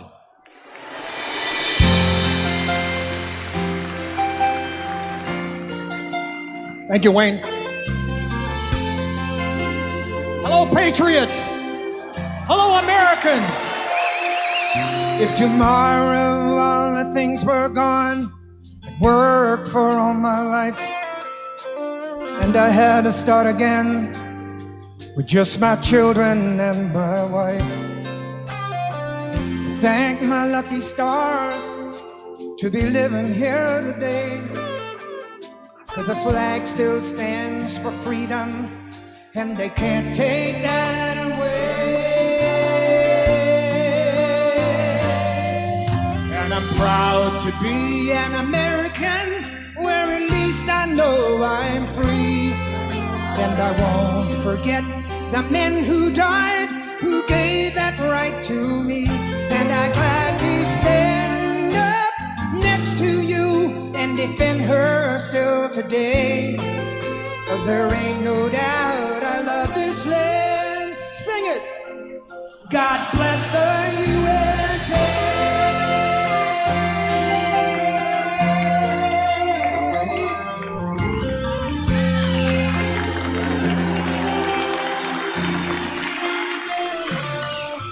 From the lakes of Minnesota to the hills, across the plains of Texas, from sea to shining sea, from Detroit down to Houston and New York to LA. There's pride in every American heart, and it's time we stand and say, proud to be an American, where at least I know I'm free. And I won't forget the men who died, who gave that right to me. And I gladly stand up next to today, 'cause there ain't no doubt I love this land.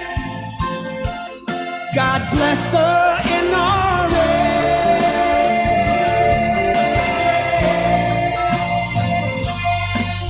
Oh, and I'm proud to be an American, where at least I know I'm free. And I won't forget the men who died, who gave that right to me. And I gladly stand up next to you and defend her still today. 'Cause there ain't no doubt I love this land. God bless the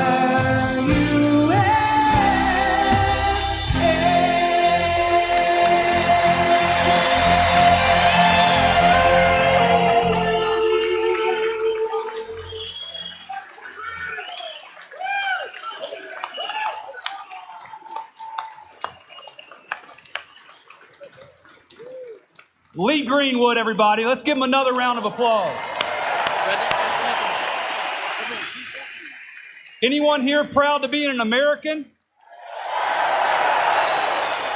Who's proud to be an NRA member? Who's proud of what we accomplished in November? You know, the media won't admit it, but President Trump's had a hell of a first 100 days. For starters, rolling out of that for a second, we do have continued coverage of the chopper video that we brought to you earlier, the live breaking news of the prisoner that escaped from police in a white jumpsuit in Howard County. Now, I believe the president is about to speak, so I want to kind of go between these two things, but here's a quick shot of the chopper video that is back. We do know that there is going to be a press conference at 2:30 from Howard County Police, a press briefing for the media about this situation, which I want to bring to you live. So we'll make sure to have that as well. And also the president's remarks at the NRA, if he does come up shortly. So continue to stay with us for continued coverage of this situation in Howard County and an update from police on this prisoner who's being transported to a psychiatric hospital when he escaped into the woods. And join the men and women of the National Rifle Association in welcoming the 45th President of the United States, Donald Trump.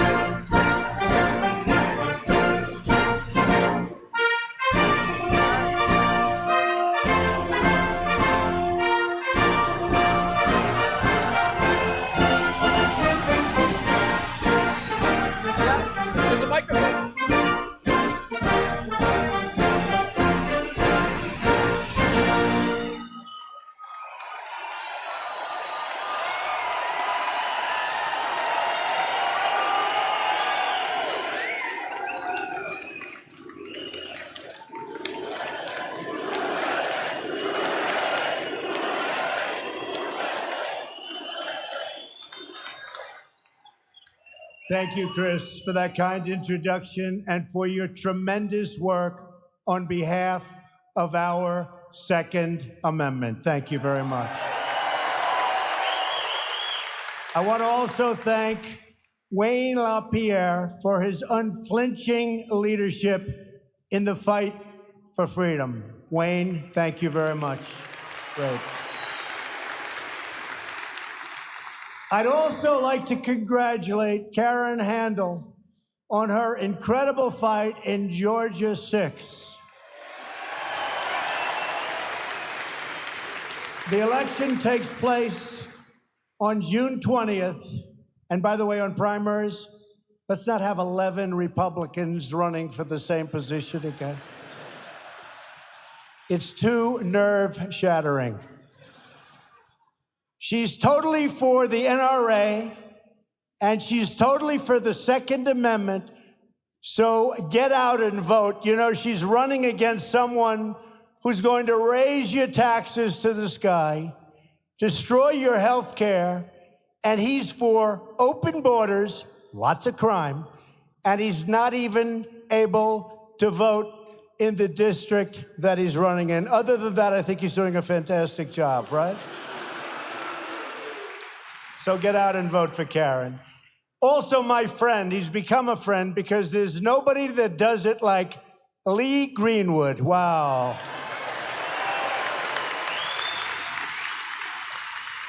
Lee's anthem is the perfect description of the renewed spirit sweeping across our country. And it really is indeed sweeping across our country. So, Lee, I know I speak for everyone in this arena when I say we are all very proud, indeed, to be an American. Thank you very much, Lee.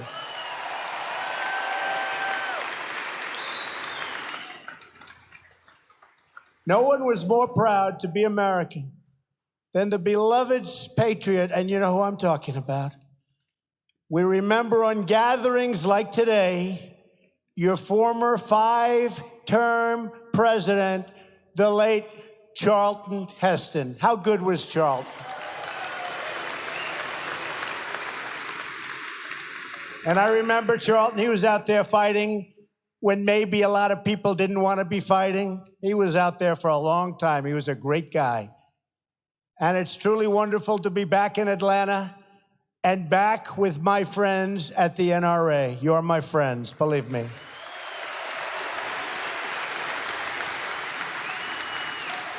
Perhaps some of you remember the last time we were all together. Remember that? We had a big crowd then, too, so we knew something was happening.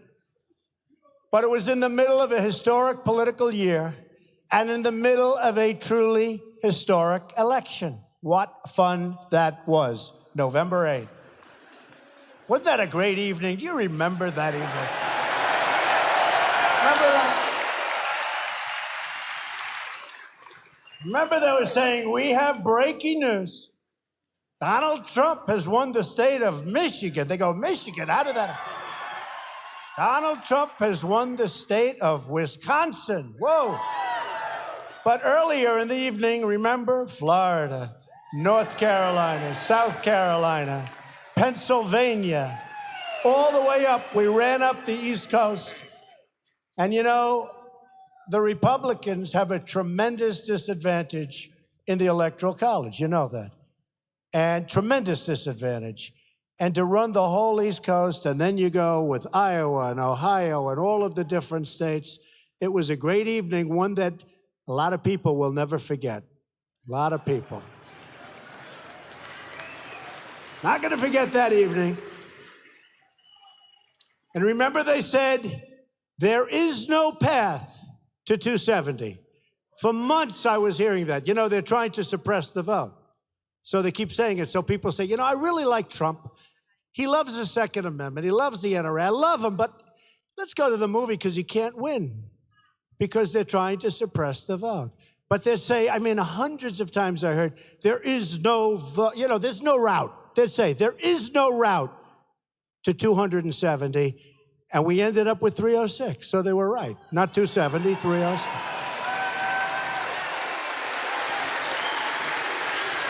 That was some evening. Big sports fans said that was the single most exciting event they've ever seen. That includes Super Bowls and World Series and boxing matches. That was an exciting evening for all of us, and it meant a lot. Only one candidate in the general election came to speak to you, and that candidate is now the President of the United States standing before you again.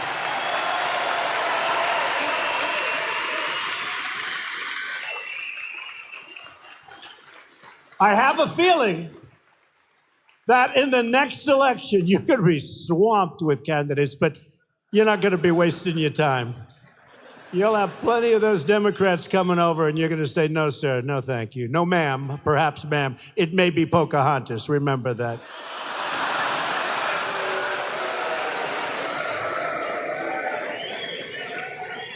And she is not big for the NRA, that I can tell you. But you came through for me, and I am going to come through for you.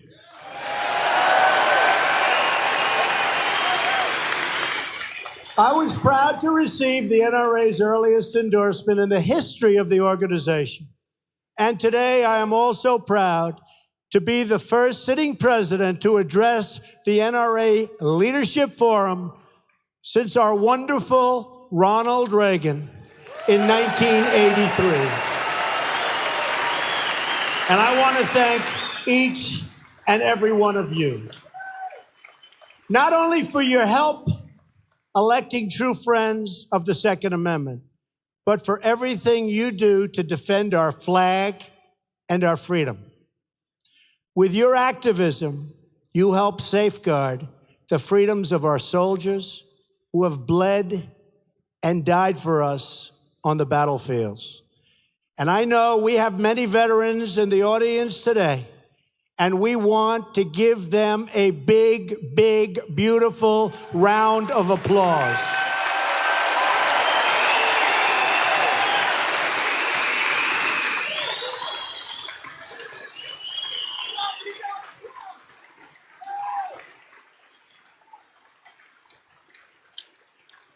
And like I promised, we are doing a really top job already. 99 days, but already with the Veterans Administration, people are seeing a big difference. We are working really hard at the VA, and you're going to see it, and you're already seeing it, and it's my honor. I've been telling you we're going to do it, and we're doing it. Thank you.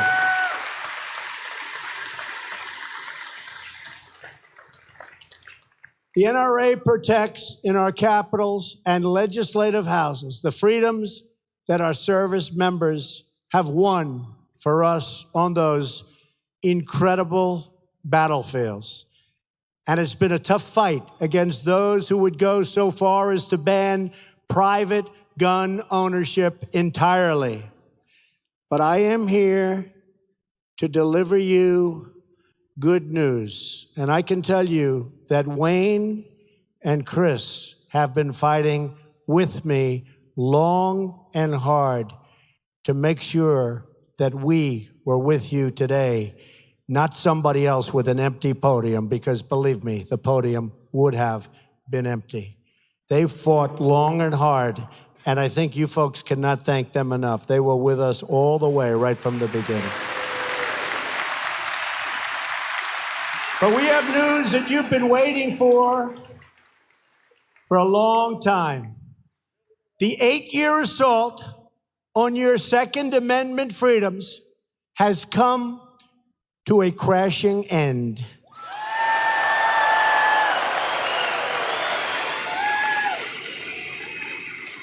You have a true friend and champion in the White House. No longer will federal agencies be coming after law-abiding gun owners. No longer will the government be trying to undermine your rights and your freedoms as Americans. Instead, we will work with you by your side. We will work with the NRA to promote responsible gun ownership, to protect our wonderful hunters and their access to the very beautiful outdoors. You met my son. I can tell you both sons, they love the outdoors. Frankly, I think they love the outdoors more than they love by a long shot Fifth Avenue, but that's okay. And we want to assure you of the sacred right of self-defense for all of our citizens.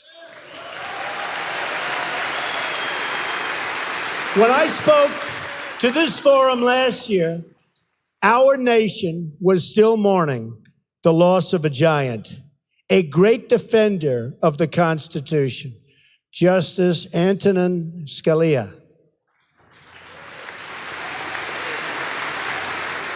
I promised that if elected, I would nominate a justice who would be faithful and loyal to the Constitution. I even went one step further and publicly presented a list of 20 judges from which I would make my selection. And that's exactly what we did. And by the way, I want to thank really Heritage And I want to thank also all of the people that worked with us. Where's Leo? Is Leo around here? Where is he? He's got to be here. Where is he? He has been so good. But and also from Heritage, Jim DeMint, it's been amazing. I mean, those people have been fantastic. They've been real friends. The Federalist people, where are they? Are they around here someplace? They really helped us out. I kept my promise, and now with your help, our brand new justice, and he is really something very special, Neil Gorsuch sits on the bench of the United States Supreme Court. For the first time in the modern political era, we have confirmed a new justice in the first 100 days.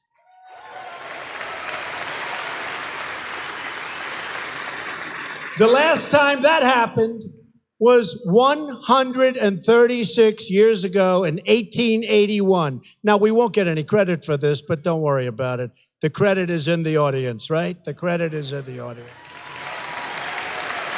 All of those people. They won't give us credit, but it's been a long time, and we're very honored. We've also taken action to stand up for America's sportsmen. On their very last full day in office, the previous administration issued an 11th hour rule to restrict the use of lead ammunition on certain federal lands. Have you heard about that, folks?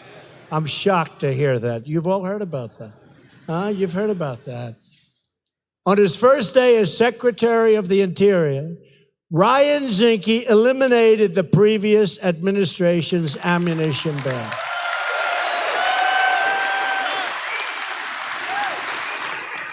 He's going to be great.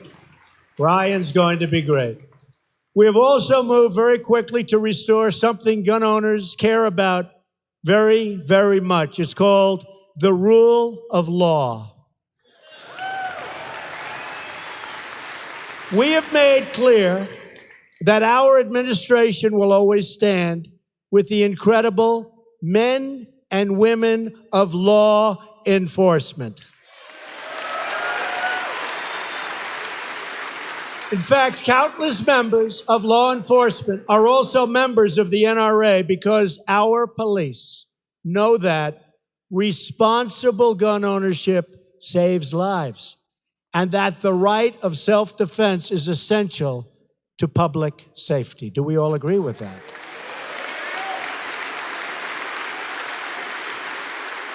Our police and sheriffs also know that when you ban guns, only the criminals will be armed.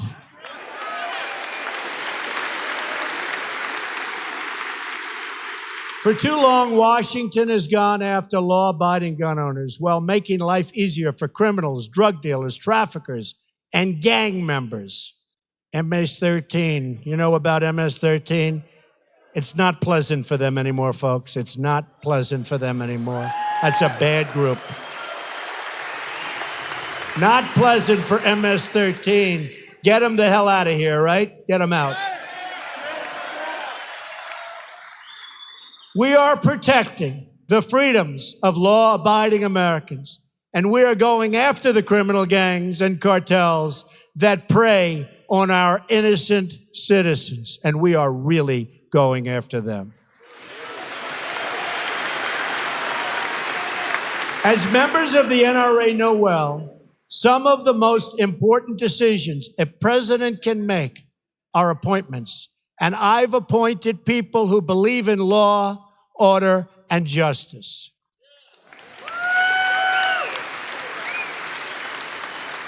That is why I have selected as your Attorney General, number one, a really fine person, a really good man, a man who has spent his entire career fighting crime, supporting the police, and defending the Second Amendment. For the first time in a long time, you have a pro-Second Amendment, tough on crime Attorney General, and his name is Jeff Sessions.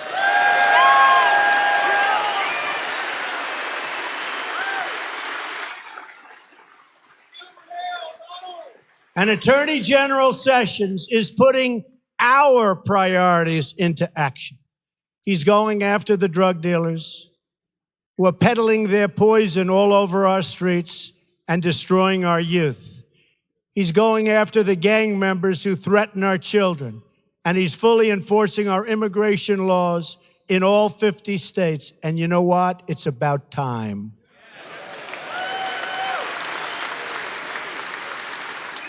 Heading up the effort to secure America's borders is a great military general, a man of action, Homeland Security Director John Kelly.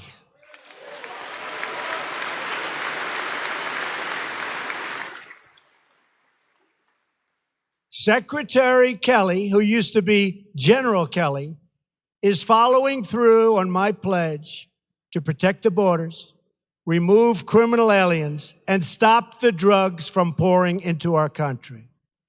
We've already seen, listen to this, no, it's never happened before. People can't even believe it. And by the way, we will build the wall no matter how low this number gets or how high this gets. Don't even think about it. Don't even think about it. You know, they're trying to use this number against us because we've done so unbelievably at the borders already. They're trying to use it against us. But you need that wall to stop the human trafficking, to stop the drugs, to stop the wrong people. You need the wall. But listen to this.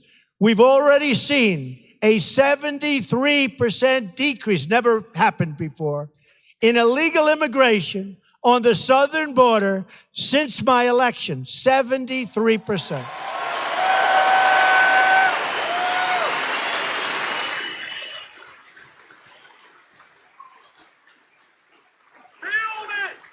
You see what they're doing, right? So why do you need a wall? We need a wall. Build the wall. We'll build the wall. Don't even think about it. Don't even think about it. Don't even think about it. That's an easy one. We're going to build the wall. We need the wall. I said to General Kelly, how important is it? He said, very important. It's that final element. We need the wall. And it's a wall in certain areas, obviously, where you have these massive physical structures you don't need, and we have certain big rivers and all. But we need a wall, and we're going to get that wall. And the world is getting the message. They know that our border is no longer open to illegal immigration, and that if they try to break in, you'll be caught and you'll be returned to your home. You're not staying any longer. And if you keep coming back illegally after deportation, you will be arrested, prosecuted, and you will be put behind bars. Otherwise, it'll never end.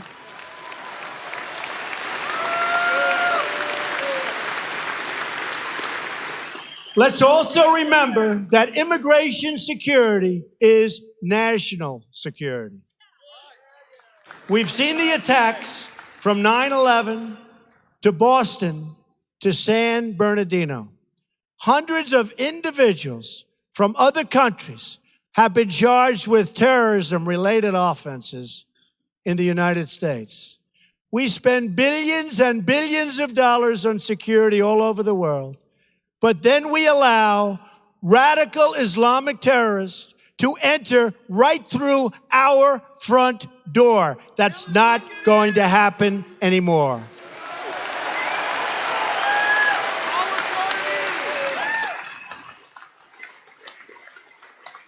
It's time to get tough. It's time we finally got smart. And yes, it's also time to put America first.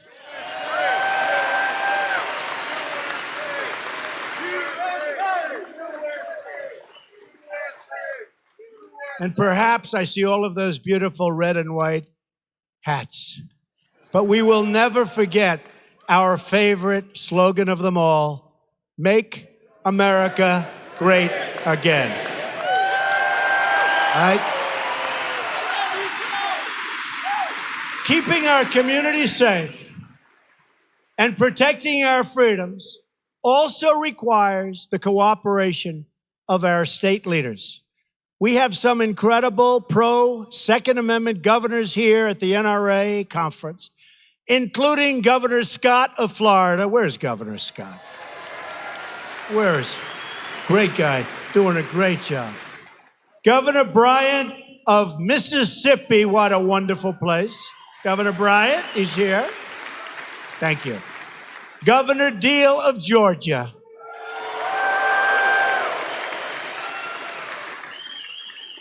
And we're also joined by two people that, well, one I loved right from the beginning. The other one I really liked, didn't like, and now like a lot again. Does that make sense? Senator David Perdue, he was from the beginning. And Senator Ted Cruz, like, dislike, like. Where are they? Good guys. Good guys, smart cookies. Each of these leaders knows that public officials must serve under the Constitution, not above it. We all took an oath to preserve, protect, and defend the Constitution of the United States, and that means defending the Second Amendment.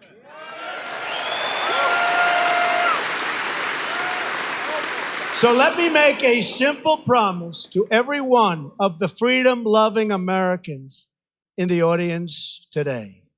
As your president, I will never, ever infringe on the right of the people to keep and bear arms. Never, ever.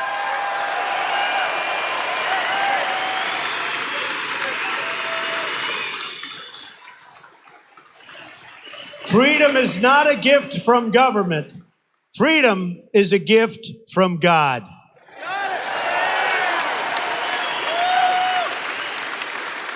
It was this conviction that stirred the heart of a great American patriot. On that day, April 242 years ago, it was the day that Paul Revere spread his Lexington alarm, the famous warning that the British are coming, the British are coming, right? You've all heard that, right? The British are coming.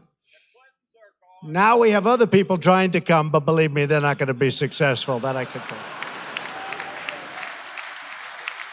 Nothing changes, right, folks? Nothing changes. They are not going to be successful. There'll be serious hurt on them, not on us. Next came the shot, heard round the world, and then a ragtag army of God-fearing farmers, frontiersmen, shopkeepers, merchants that stood up to the most powerful army at that time on earth, the most powerful army on earth. But we sometimes forget what inspired those everyday farmers and workers in that great war for independence. Many years after the war, a young man asked Captain Levi Preston, aged 91, why he fought alongside his neighbors at Concord. Was it the Stamp Act? Was it the tea tax? Was it a work of philosophy? No, the old veteran replied. Then why, he was asked. Young man, the captain said, what we meant in going for those redcoats was this. We always had governed ourselves, and we always meant to govern ourselves.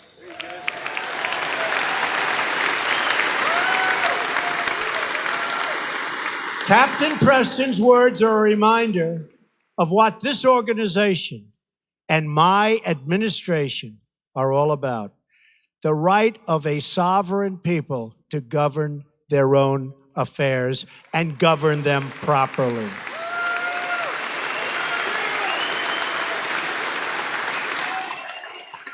We don't want any longer to be ruled by the bureaucrats in Washington or in any other country for that matter.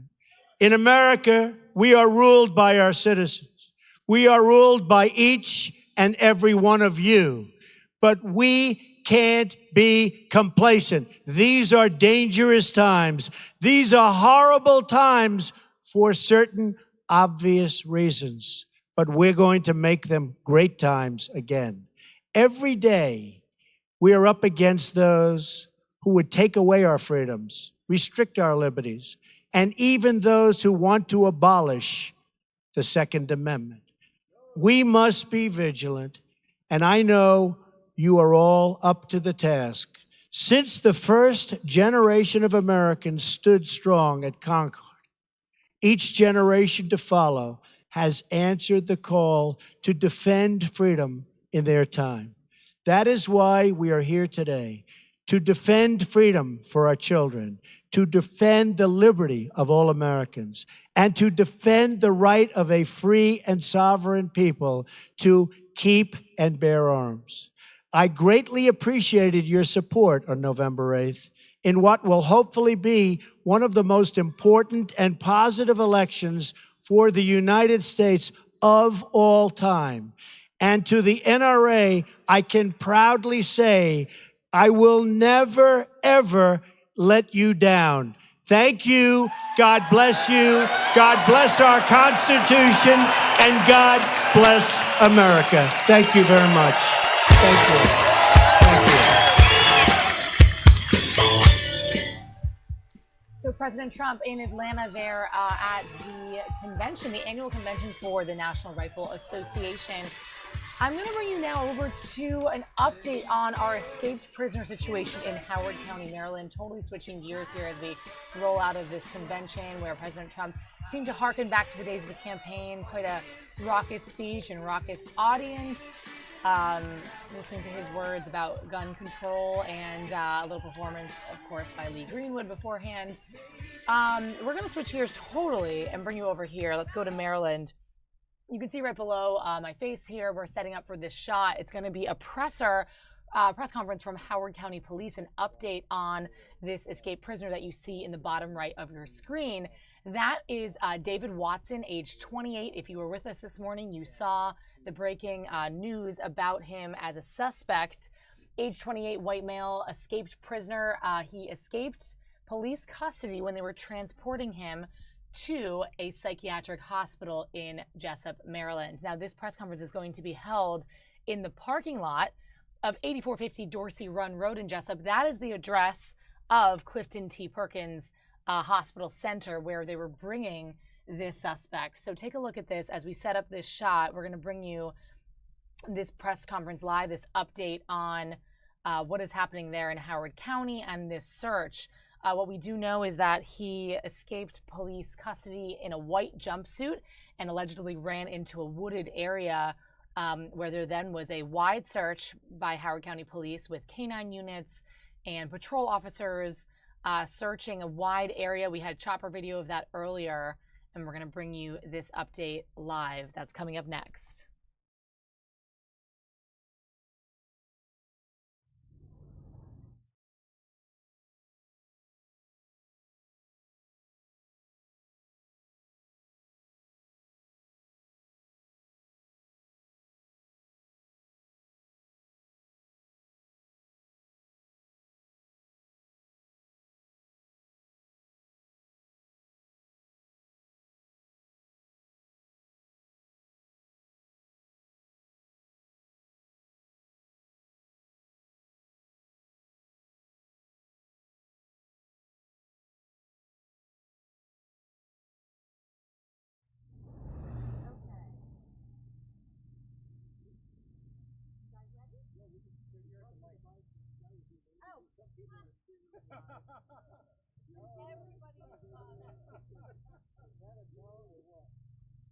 For the blooper reel.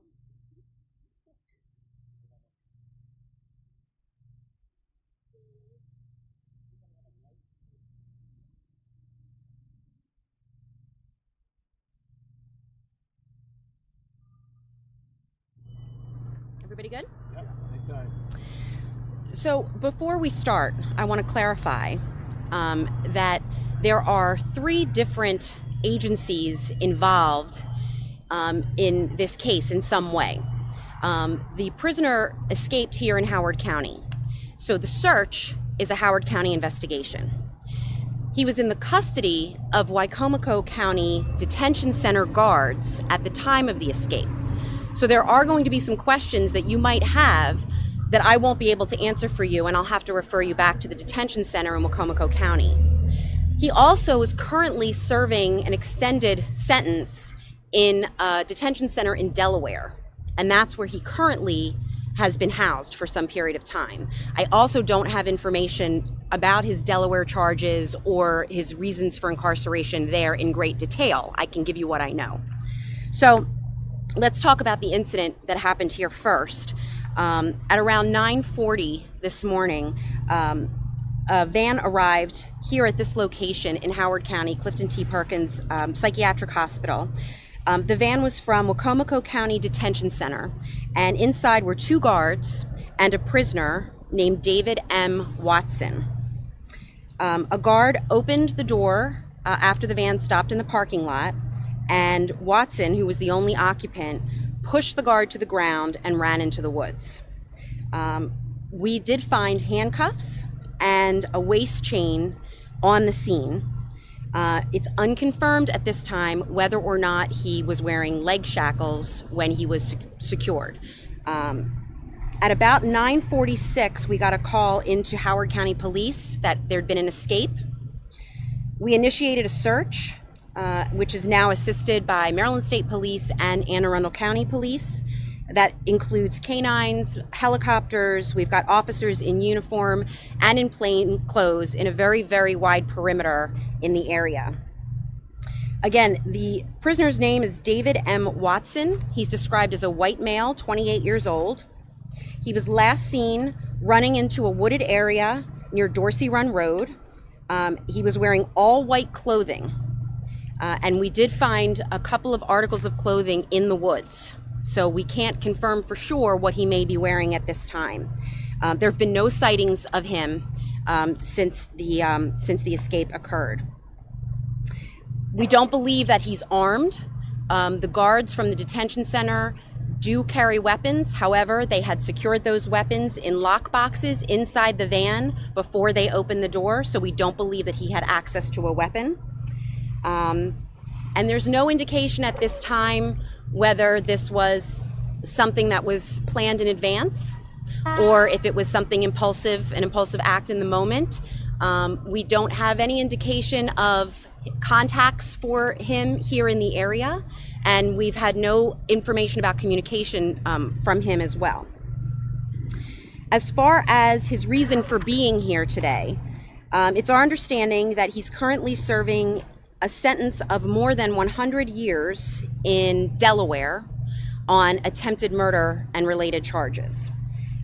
In addition to the Delaware charges or conviction, he's also currently facing charges in Wicomico County for attempted murder.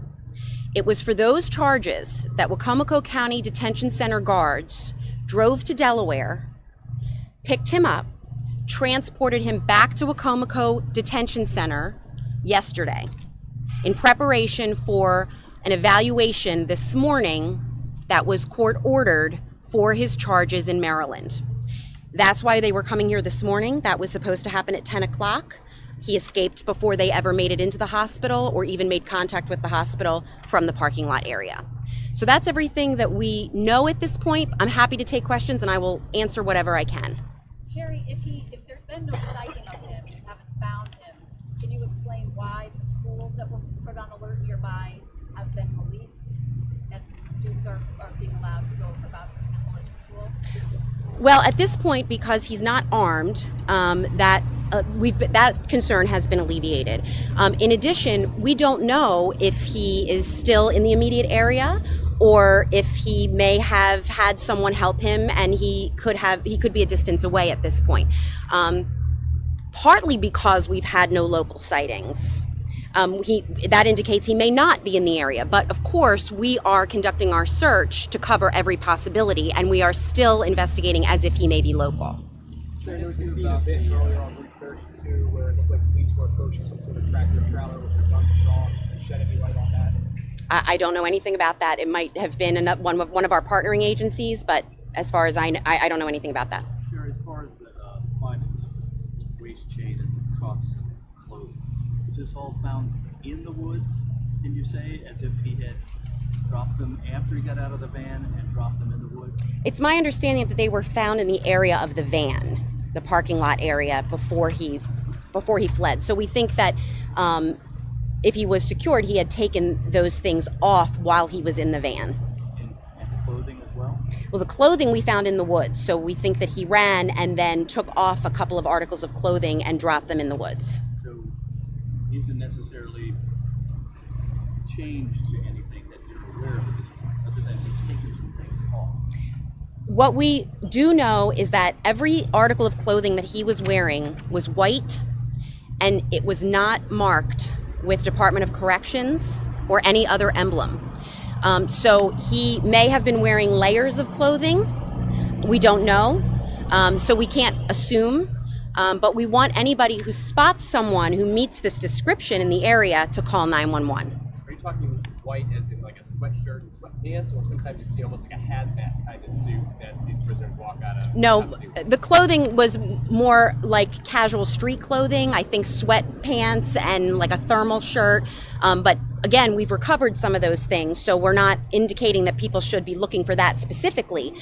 Just that whatever he had on would have been white, whether it's a t-shirt or a thermal, sweatpants, boxer shorts, everything he's wearing is white. I'm going to say, following up on that, is it customary to transport a prisoner from the van to this facility and not be behind a fence or some type of secure perimeter to prevent just this? Well, you'd have to talk with Wacomico County Detention Center about their protocols for transporting prisoners. And really, the hospital here, Perkins, was not involved in this at all, except for the fact that it happened to occur on their parking lot, but they hadn't even been notified of that he was here yet. So that really is a question for the detention center in Wacomico. Property did this transfer take place? A parking lot on the grounds, but further back onto the grounds. Could you clarify what you said about the cuffs and waist chain, where those were found, or were they found? We found both handcuffs and a waist chain on the location where the van was parked. So I can't describe exactly where each of those items were found, whether inside the van or on the ground just outside of the van, but in very close proximity to the van in the parking lot. So, Terry, I just wanted to clarify two things. The other thing is, a citizen said he saw a white van going through one of the parking lots, and then he saw a prisoner jump out and run into the woods. That would not have been on this property. Would you? I can't. I mean, I do know that as he ran through the woods, I guess there were guards that were chasing him, and there may have been people who could see. Now, we're not in a residential area, as you've probably seen. We're in a very industrial area. The closest residential area is about 1.5 miles away. I know that the story's been reported all morning, so I don't know that we don't have indication that someone saw him firsthand. Just to clarify, the prisoner seems to have gotten out of cuffs and waistband before escaping. Yes. And did he ever drive the van? Was he ever driving the van? No. So Sherry, if there have been no sightings of him here by the search team, and you found what you think are some clothes in the woods, what happens now? Do you just keep searching here? Do you pass it off to other jurisdictions? Do you bring other jurisdictions in? So a search like this happens 1 hour at a time. Just before I came out, we had expanded the grid in terms of the search area. So we aren't really looking 10 hours or 12 hours or 24 hours in advance about what our plan will be, because we certainly hope to have him in custody by then. So each hour or so we're evaluating, or sooner if necessary, if we need to change strategies in the search. So how big is the search area at the moment? Well, it's to the county line at 175 all the way down. So if you look at a map, I could show you a map when we conclude and sort of indicate to you how wide the area is. Do you have any identifying tattoos? Well, just from the photograph, you can see that he's got some facial tattoos. I'd read online that maybe he had, this was not confirmed by any stretch, tattoo on his neck. That I don't know. All you're aware of, like the teardrop Yes. tattoos. Mm-hmm. Yeah. Is there any information as to whether he was related to a gang? I really don't have information about his Delaware charges or the charges that he's facing in Wicomico County because they were placed by another agency. What I can tell you is that our focus is on this search, the escape, and locating him. Have there been any other escapes in recent time from this facility or any others in the area? Not at all.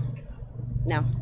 And again, I want to clarify that the escape was not from this facility. It happened at this address, but he was not in the custody of Clifton T. Perkins at the time that this occurred. He was in custody of Wicomico County Detention Center employees, and he had not made his way into the facility yet. So really, Perkins' only involvement is that they happened to be unlucky enough that this occurred on their parking lot. So why would this county and the jailers that were with him take him out before being in a secure area? Because that seems perplexing to everyone within Howard County. Again, I don't know the protocols for prisoner transport in Wicomico County, nor do I know the protocols for Clifton T. Perkins, but I'm sure that someone at those locations could give you more information.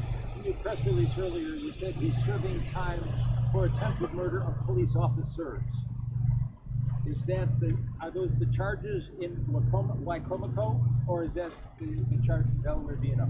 Well, the Delaware charge is attempted murder, for sure, among many others. And yes, the charges in Wicomico County, it's my understanding that they do relate to multiple cases of attempted murder against police officers. And I just wanted, the last question, just to confirm, so he was chased by some sort of guard or officers into the woods, and is that where they lost sight of him in the woods? They lost sight of him in the woods, but we were able to establish a canine trail. So we know what direction he was heading, and we were able to identify that trail for a distance beyond where he was last spotted. But again, we at this point just don't know and can't answer the question whether he's still local or if he may have traveled somewhere. So we just want people to be aware and on the lookout. But the trail just ended, the canine trail? Yeah. Okay, thank you very much. To challenge the magnitude of this search for officers here and in the entire perimeter? Well, we're fortunate in this area, in this region, to have a lot of resources at our disposal. And we've got tactical teams from the Howard County Police Department, from Maryland State Police. So we've got the Maryland State Police helicopter in addition to our own. So a search of this magnitude is a big undertaking, but we certainly have the resources to manage it. Thank you, Sherry. Okay, everybody good? I don't have a scheduled time for more information. I hope that we'll be able to get you something sooner than later, but we'll keep you posted. Keep your eye on social media. Oh, sorry, it's Sherry, Sherry, Llewellyn, Llewellyn, Howard County Police. Sherry, that was practice. Are you ready now? I could do it again if you really need it. The size of the search area, you said it's the county line, 173. So an update from Howard County Police on this search, this continued search for the escaped prisoner that you see in the bottom right of your screen. And just to summarize, we do know that Howard County is focusing on this search now, and the prisoner was in custody of Wicomico County Detention Center. She said that the hospital that this press conference was actually held on actually, I'm going to bring you this picture even larger, doesn't have much to do with this investigation. He was in custody of Wicomico County, serving a sentence in Delaware. Now, he did not have access to any weapons that were in a lockbox in that van that he escaped from, but we do know that he was the only occupant of that van. He pushed some guards down and ran off into the woods.